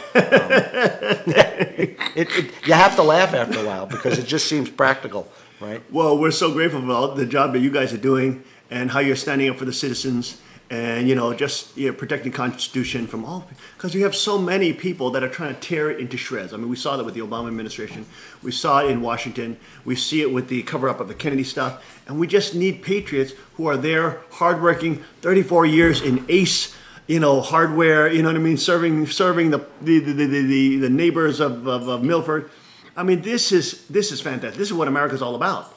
And about taking that local control and local issues back from Washington. Yeah, absolutely, you know? it is. And Harrisburg. You know, and it starts at the local level. That's what I look at. You know, prior to this, I was the borough president of Milford for 25 years, from the time I was 29 years old until I became commissioner. Because, and you know, that job absolutely had, neither of these jobs had a lot to do with a lot of money. You know, and the borough president job paid $1 a day. You know, but I felt it's so important to be part of my community and give back to the community and try to come up with practical solutions to, you know, you can say in a small town, small items, but small items mean a lot to people on an everyday life, right? You know, believe it or not, you know, making sure there's no potholes in the road is really important to a lot of people, you know, and if that's what you're in charge of, just make sure you do a good job at it, right? That's all we expect. That's right. So, you know, being part of that, and that's about helping the community, and that's what my life has always been, you know, whether it's the United Way, whether it's my church, whatever it is, it's making sure that people's lives are a little bit stronger and they have a little bit of hope when they wake up in the morning, you know. Praise God. A question to ask people many times is, you know, what keeps you up at night? You know, what is it that is really on your mind, you know? And I'm not talking about, well, I want to make sure I can go out and buy a Mercedes tomorrow. That's not, I'm talking more about, you know, what is it that's important to you and your children, you know? And as a county commissioner, what is it that I can do to help your life a little better, you know? Well, you guys doing a phenomenal job. We're so grateful. You know, coming out of New York, it's like you literally left like a communist state, and you feel like you're back in Americana. But like, what would you say to young people who should be more politically active? They should be more politically aware. They should be aware of these issues. They should be aware of these kind of things. But many times they're just like on video games. You know what I mean? They're on their smartphone all day long. They're just totally unaware of what's going on in the world. Many of them think they're like some kind of Pokemon or something. You know? Right. I mean, what would you say to young people who want to get involved in politics and make a difference? You know, serve their community and also, you know, preserve the America and the Constitution that we have. Well, I think it's important for them to understand that, you know, look at your own little town. You know, I know we can all get wrapped up in national politics, but you know, but if we each of us just look at what we can do in our communities, that'll just blossom out, because one community does it, the next community does it, and then we'll just take charge of the people that live in our town, you know. Like I've said to people, they bring up issues about health care and these things that, you know, and I have opinions on those in Washington, but you know what, in my role, there's very little I can do. So, you know, I tell young people, you know, borough council positions, small town political positions, take those positions, you know. Go on there and try to make a difference in your community, you know, and you can build up to bigger positions, you know. How hard is it, for example, to be like a bureau on the bureau committee or on the borough? No, not very difficult. You know, you hear there's a vacancy on a planning commission, you know, take a position on a planning commission, you know. I mean, there's no I'll tell you, age restriction on that? No. No, as long as you're Wow, so over, people- as long as you're over 18, Yeah. So how did I get involved? It's a really, me and my wife got married in 1984. We live in town, and we decide that for whatever reason, on a Monday night, first Monday of every month, we're going to go to the borough council meetings. So we go Wow. to the borough council meetings for a year, and I go in there and we're the only ones sitting there. I'm 27 years old. I'm the only one there. My Wow. wife is So you were 23. politically awake at that. So we're sitting there and we're just listening. And every meeting, this older man that belonged to the borough council was Merritt Quinn, who lived to be 95, but he's in his 60s, Wow, and he God says bless to me at every meeting, "Matt, you got anything to say?" "Nope, just here to listen, Merritt." "Okay." This went on for until 1987. 1986 it was actually. Two members on the borough council became gravely ill and had to resign. They were older. So I get a call from Merritt, and he says to me, "Matt, you want to be on the borough council?" So I'm 28 years Wow, old, so you 29 just years got old. open that door, boom. Right, yeah, just for me going to these meetings. And I said to him, I said, "So why do you think I should be on the borough council? I mean, I'm 28, 29, whatever I am in that range, right?" And he looks at me and goes, "You know why? Because you're the only one besides us that knows what's going on in this town."